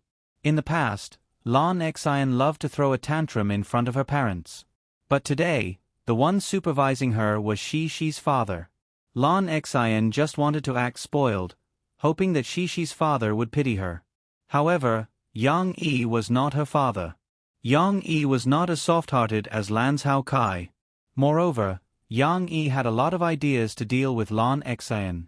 He raised his hand, looked at his watch, and said with a sigh, "There are only 15 minutes left. You don't want to finish your training?" Originally, Uncle saw that you were very serious in your training today, and was prepared to let you watch TV with she for 15 minutes on top of the stipulated reward of 1 gold coin. Now, it seems that I can't give you the reward. You don't work hard. Lon Xian's eyes widened in surprise. She calculated in her mind and suddenly felt that she had suffered a big loss. She anxiously shouted, No, Uncle Yang, I want to exercise well. I'll continue to run, okay?" The little girl slowly ran again. As she ran, she looked at Yang Yi eagerly. Yang Yi showed a satisfied smile. That's not bad. Keep up the good work. There are only 15 minutes left. If you persist, you will win. Raise your legs and maintain the rhythm. But Lon Xian ran and ran, then turned around and stopped. She asked breathlessly, Uncle Yang, if I finish running, will there be a reward? Yang Yi nodded and gestured with his fingers. 15 minutes. But, can it be a little more? I want to watch TV with Shi. Can I watch TV for an hour? Lon Xian begged. Her eyes rolled. She was actually bargaining with Yang Yi. That won't do. You have to give me 1 gold coin for every hour. Then what about half an hour? Only 15 minutes. If you don't continue to run, you won't get the extra reward. Lon Xian resentfully turned around and continued to run. Her running speed was as slow as possible. She was almost as slow as the little turtle in the tortoise and the hare race. However, with the incentive of the extra reward, Lon Xian still ran hard for 10 minutes. Then, Yang Yi took her to practice boxing for a while and slowed down to rest. But while practicing, Lon Xian looked at the house over there. The floor-to-ceiling windows in the living room allowed her to see some of the colorful light reflected from the TV. The rest was blocked by the sofa, potted plants, and even the curtains.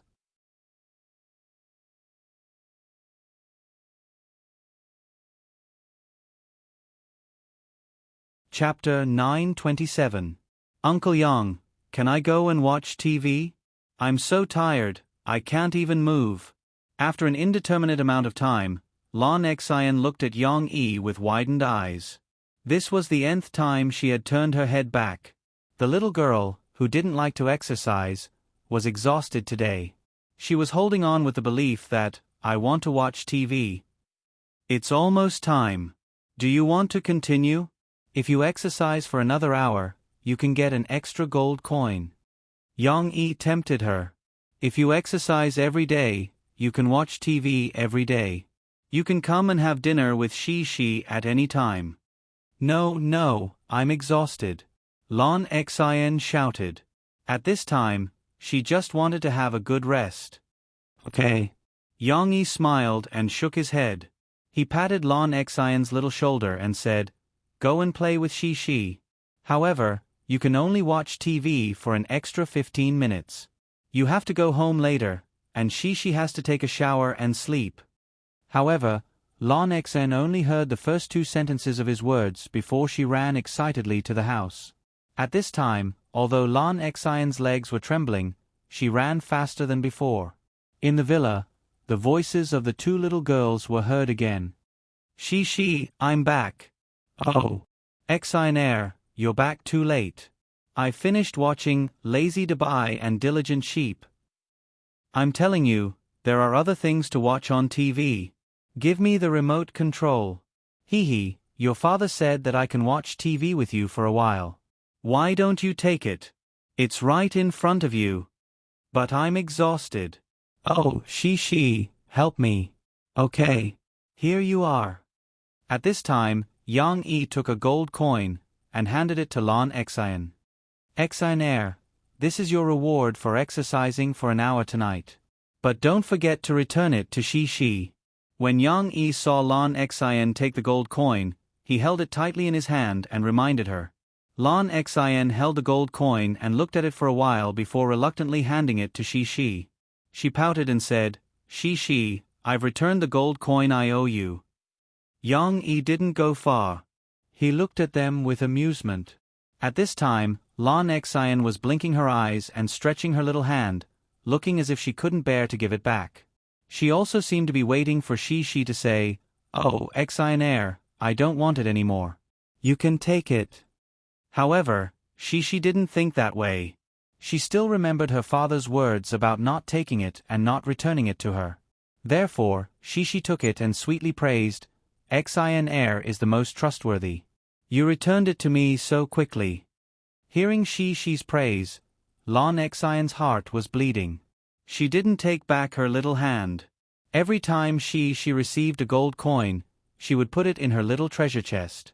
Therefore, after she took the gold coin, she excitedly jumped off the sofa and ran upstairs, leaving Lon Xin disappointed. The gold coin hadn't even warmed up yet. She wouldn't be able to see it again. Lon Xin silently took back her hand and suddenly felt a little bleak.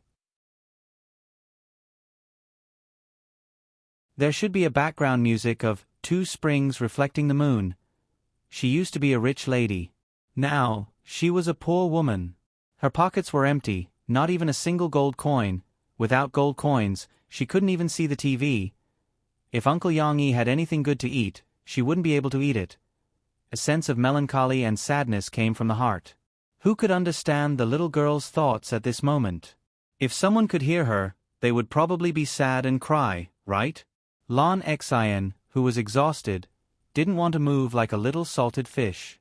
At this moment, she simply fell to the side and lay on the sofa cushion. She pretended to cry and twisted. What should I do?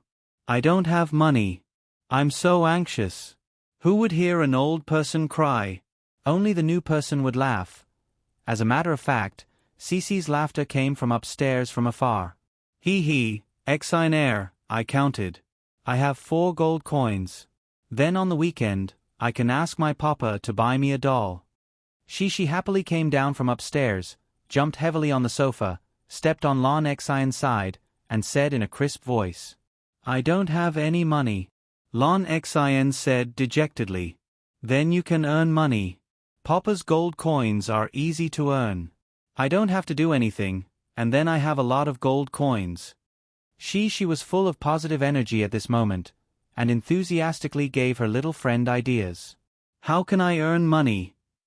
Lon Xion asked with a sad face. Well, you can do your homework. Then you'll have a gold coin. Then, you can come to our house. Get up early in the morning. I'll exercise with my papa. You can come too. You'll get gold coins for exercising. I don't have gold coins for exercising, but it doesn't matter. I already have a lot of money. She leaned on the back of the sofa, and excitedly tried to think of a way for Lon Xin. But I don't like exercising. It's super tiring. Lon Xin hesitated. No, it's very fun. My papa has a lot of games. Come here. We can play together. She said with a smile of exultation. On the one hand, she encouraged her, and on the other hand, Lon Xion's inner conflict and struggle. Lon Xion began to waver. We'll play together for an hour in the morning. Well, you'll have 1 gold coin. She counted with her fingers. Then you'll have 2 gold coins for doing your homework. Monday, Tuesday, Wednesday, Saturday, Sunday. She suddenly raised her voice and exclaimed, Wow, Xin air, you can also earn a lot of gold coins. You'll have 14 gold coins.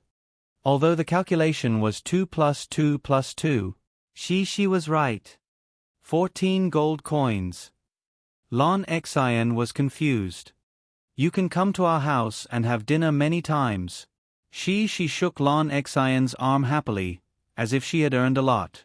She's mood finally infected Lon Xion. At this moment, Lon Xion's head seemed to have a lot of gold coins falling from the sky into her hands, as if they had become delicious food. How many gold coins can I earn? She also wanted to calculate her own gold coins. However, her muttering and the noise from the cartoon on the television didn't affect Lon Xion at all. Lon Xion herself was immersed in her own fantasy and final struggle. A quarter of an hour passed quickly, but she and Lon Xion did not watch the TV. For she, the cartoons on TV were not Lazy White and Diligent Sheep. She did not like to watch them very much, while Lon Xion made a difficult decision. When Yang Yi came to send Lon Xion home and urged Shi to take a bath, Lon Xion solemnly told Yang Yi that she would come to exercise with Shi tomorrow. You're going to exercise with Shi? Seeing the change in Lon Xion's attitude, Yang Yi was a little surprised. In his heart, he thought that his bewitching of Lon Xion in the yard just now had an effect. He smiled and said, That's good. Then you have to get up early tomorrow. Can you get up at 6 o'clock? I want to earn a lot of money. Lan Xian ignored Yang Yi's question, waved her hand proudly and said, then I can watch TV and eat a lot of delicious food. No problem, as long as you are willing to exercise. What do you want to eat? Well, as long as you can take out the gold coins, Uncle will make it for you. Yang Yi almost gave Lan Xian a chance to take advantage of him, so he quickly changed his words.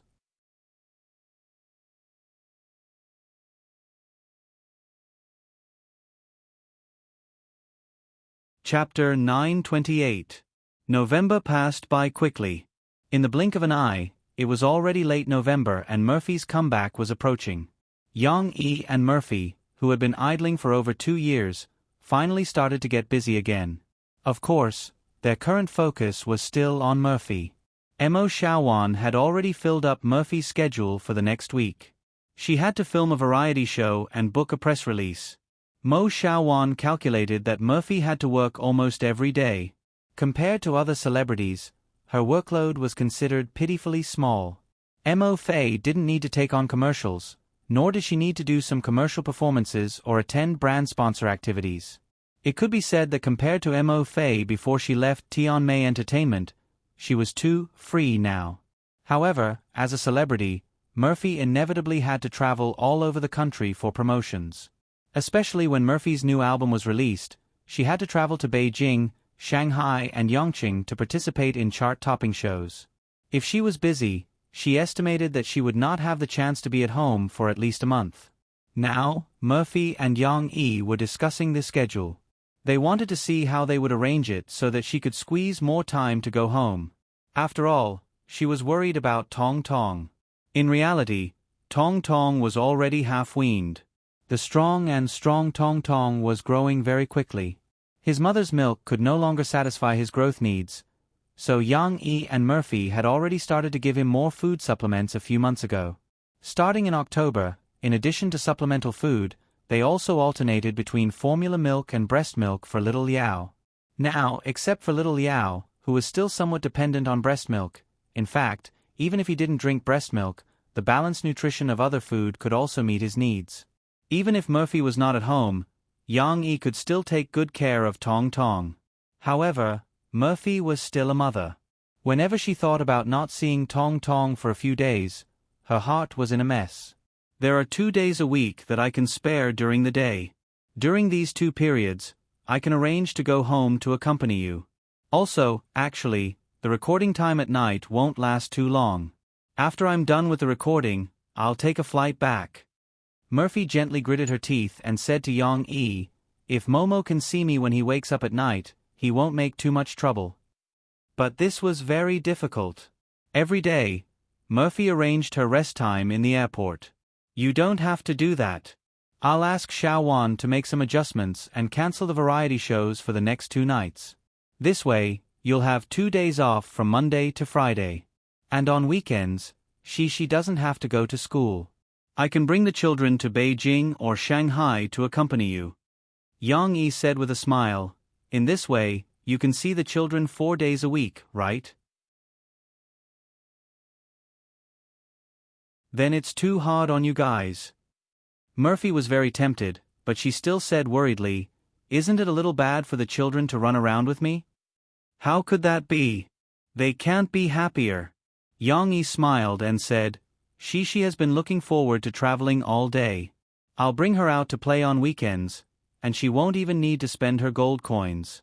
She won't even want to go home, let alone complain that she's tired. This matter was settled just like that. Although children did need a lot of companionship as they grew up, adults also had their own careers. It was impossible for them to revolve around their children all day long. To be able to squeeze out more time to take care of their children was already a huge sacrifice for them. At this time, what was needed was mutual tolerance, mutual understanding, and more importantly, mutual support. However, before Murphy's comeback, the people in the country were still paying attention to the popular China's Voice.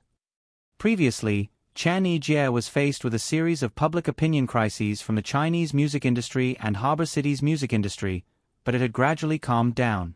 Tianxiang Records was not to be trifled with. Although they were caught off guard at the beginning, Through the public relations channels of some of the Chinese record companies that they worked with, Tianxiong Records gradually turned the public opinion around. The damage that had been done could not be recovered. Chan Yijie's album, 10 Years, missed the opportunity to be awarded a platinum album during the New Songs Protection period. However, with the huge amount of popularity that China's Voice gathered for Chan Yijie's album finally received the honor of a platinum album, even though it was late by more than half a month. After entering the judges' assessment and the championship round, some people felt that the viewership ratings of China's Voice would decline after the blind audition. However, to everyone's surprise, it did not decline but rose instead, breaking many records of Beijing television station in one fell swoop. Especially after the championship round, which was the cruelest elimination round before the night of the summit, every episode stirred up a lot of controversy. Every episode that was broadcasted was sought after by the people of the country. In fact, the popularity of the show had far exceeded that of China's Voice from Yang Yi's previous life. After all, the entertainment industry in this world was extraordinarily developed. As long as the newcomers who emerged on the stage of China's Voice survived the blind audition round, each of them had an intoxicating golden voice. Whether they could hit the high notes or sing deeply, each of them had their own unique side. Naturally, they were also snatched up by many talent agencies and record companies.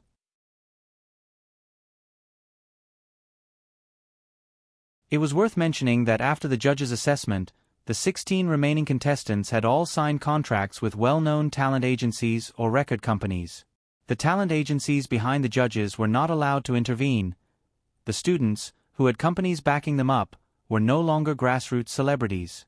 In order to let them go further, the public relations departments of those companies also showed their prowess.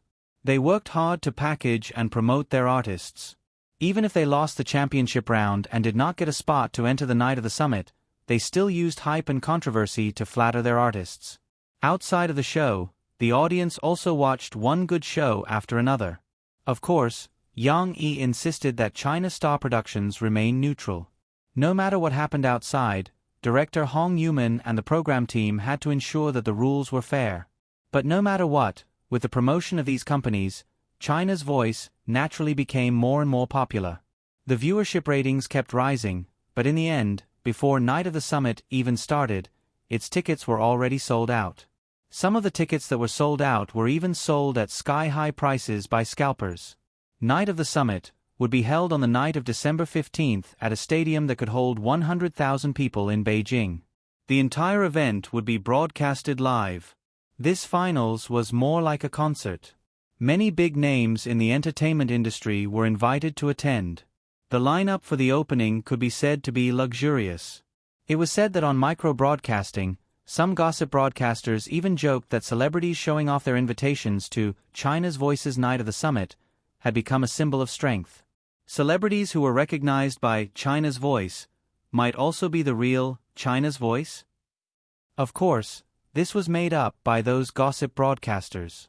There were too many good singers in the Chinese music industry. How could they be invited one by one? Yang Yi and Murphy did not attend Night of the Summit. Of course, it was impossible for Hong Yuman not to invite them. It was just that Yang Yi and Murphy could not attend. Unfortunately, Shi's dance competition was also scheduled for December 15th. It did not clash with Murphy's promotional schedule, but it clashed with China's Voice's Night of the Summit. Yang Yi and Murphy's choice was naturally for the sake of their children. You're tuning in to the Narrate and Escape YouTube channel. Don't forget to subscribe and join us on this journey to catch the most captivating stories.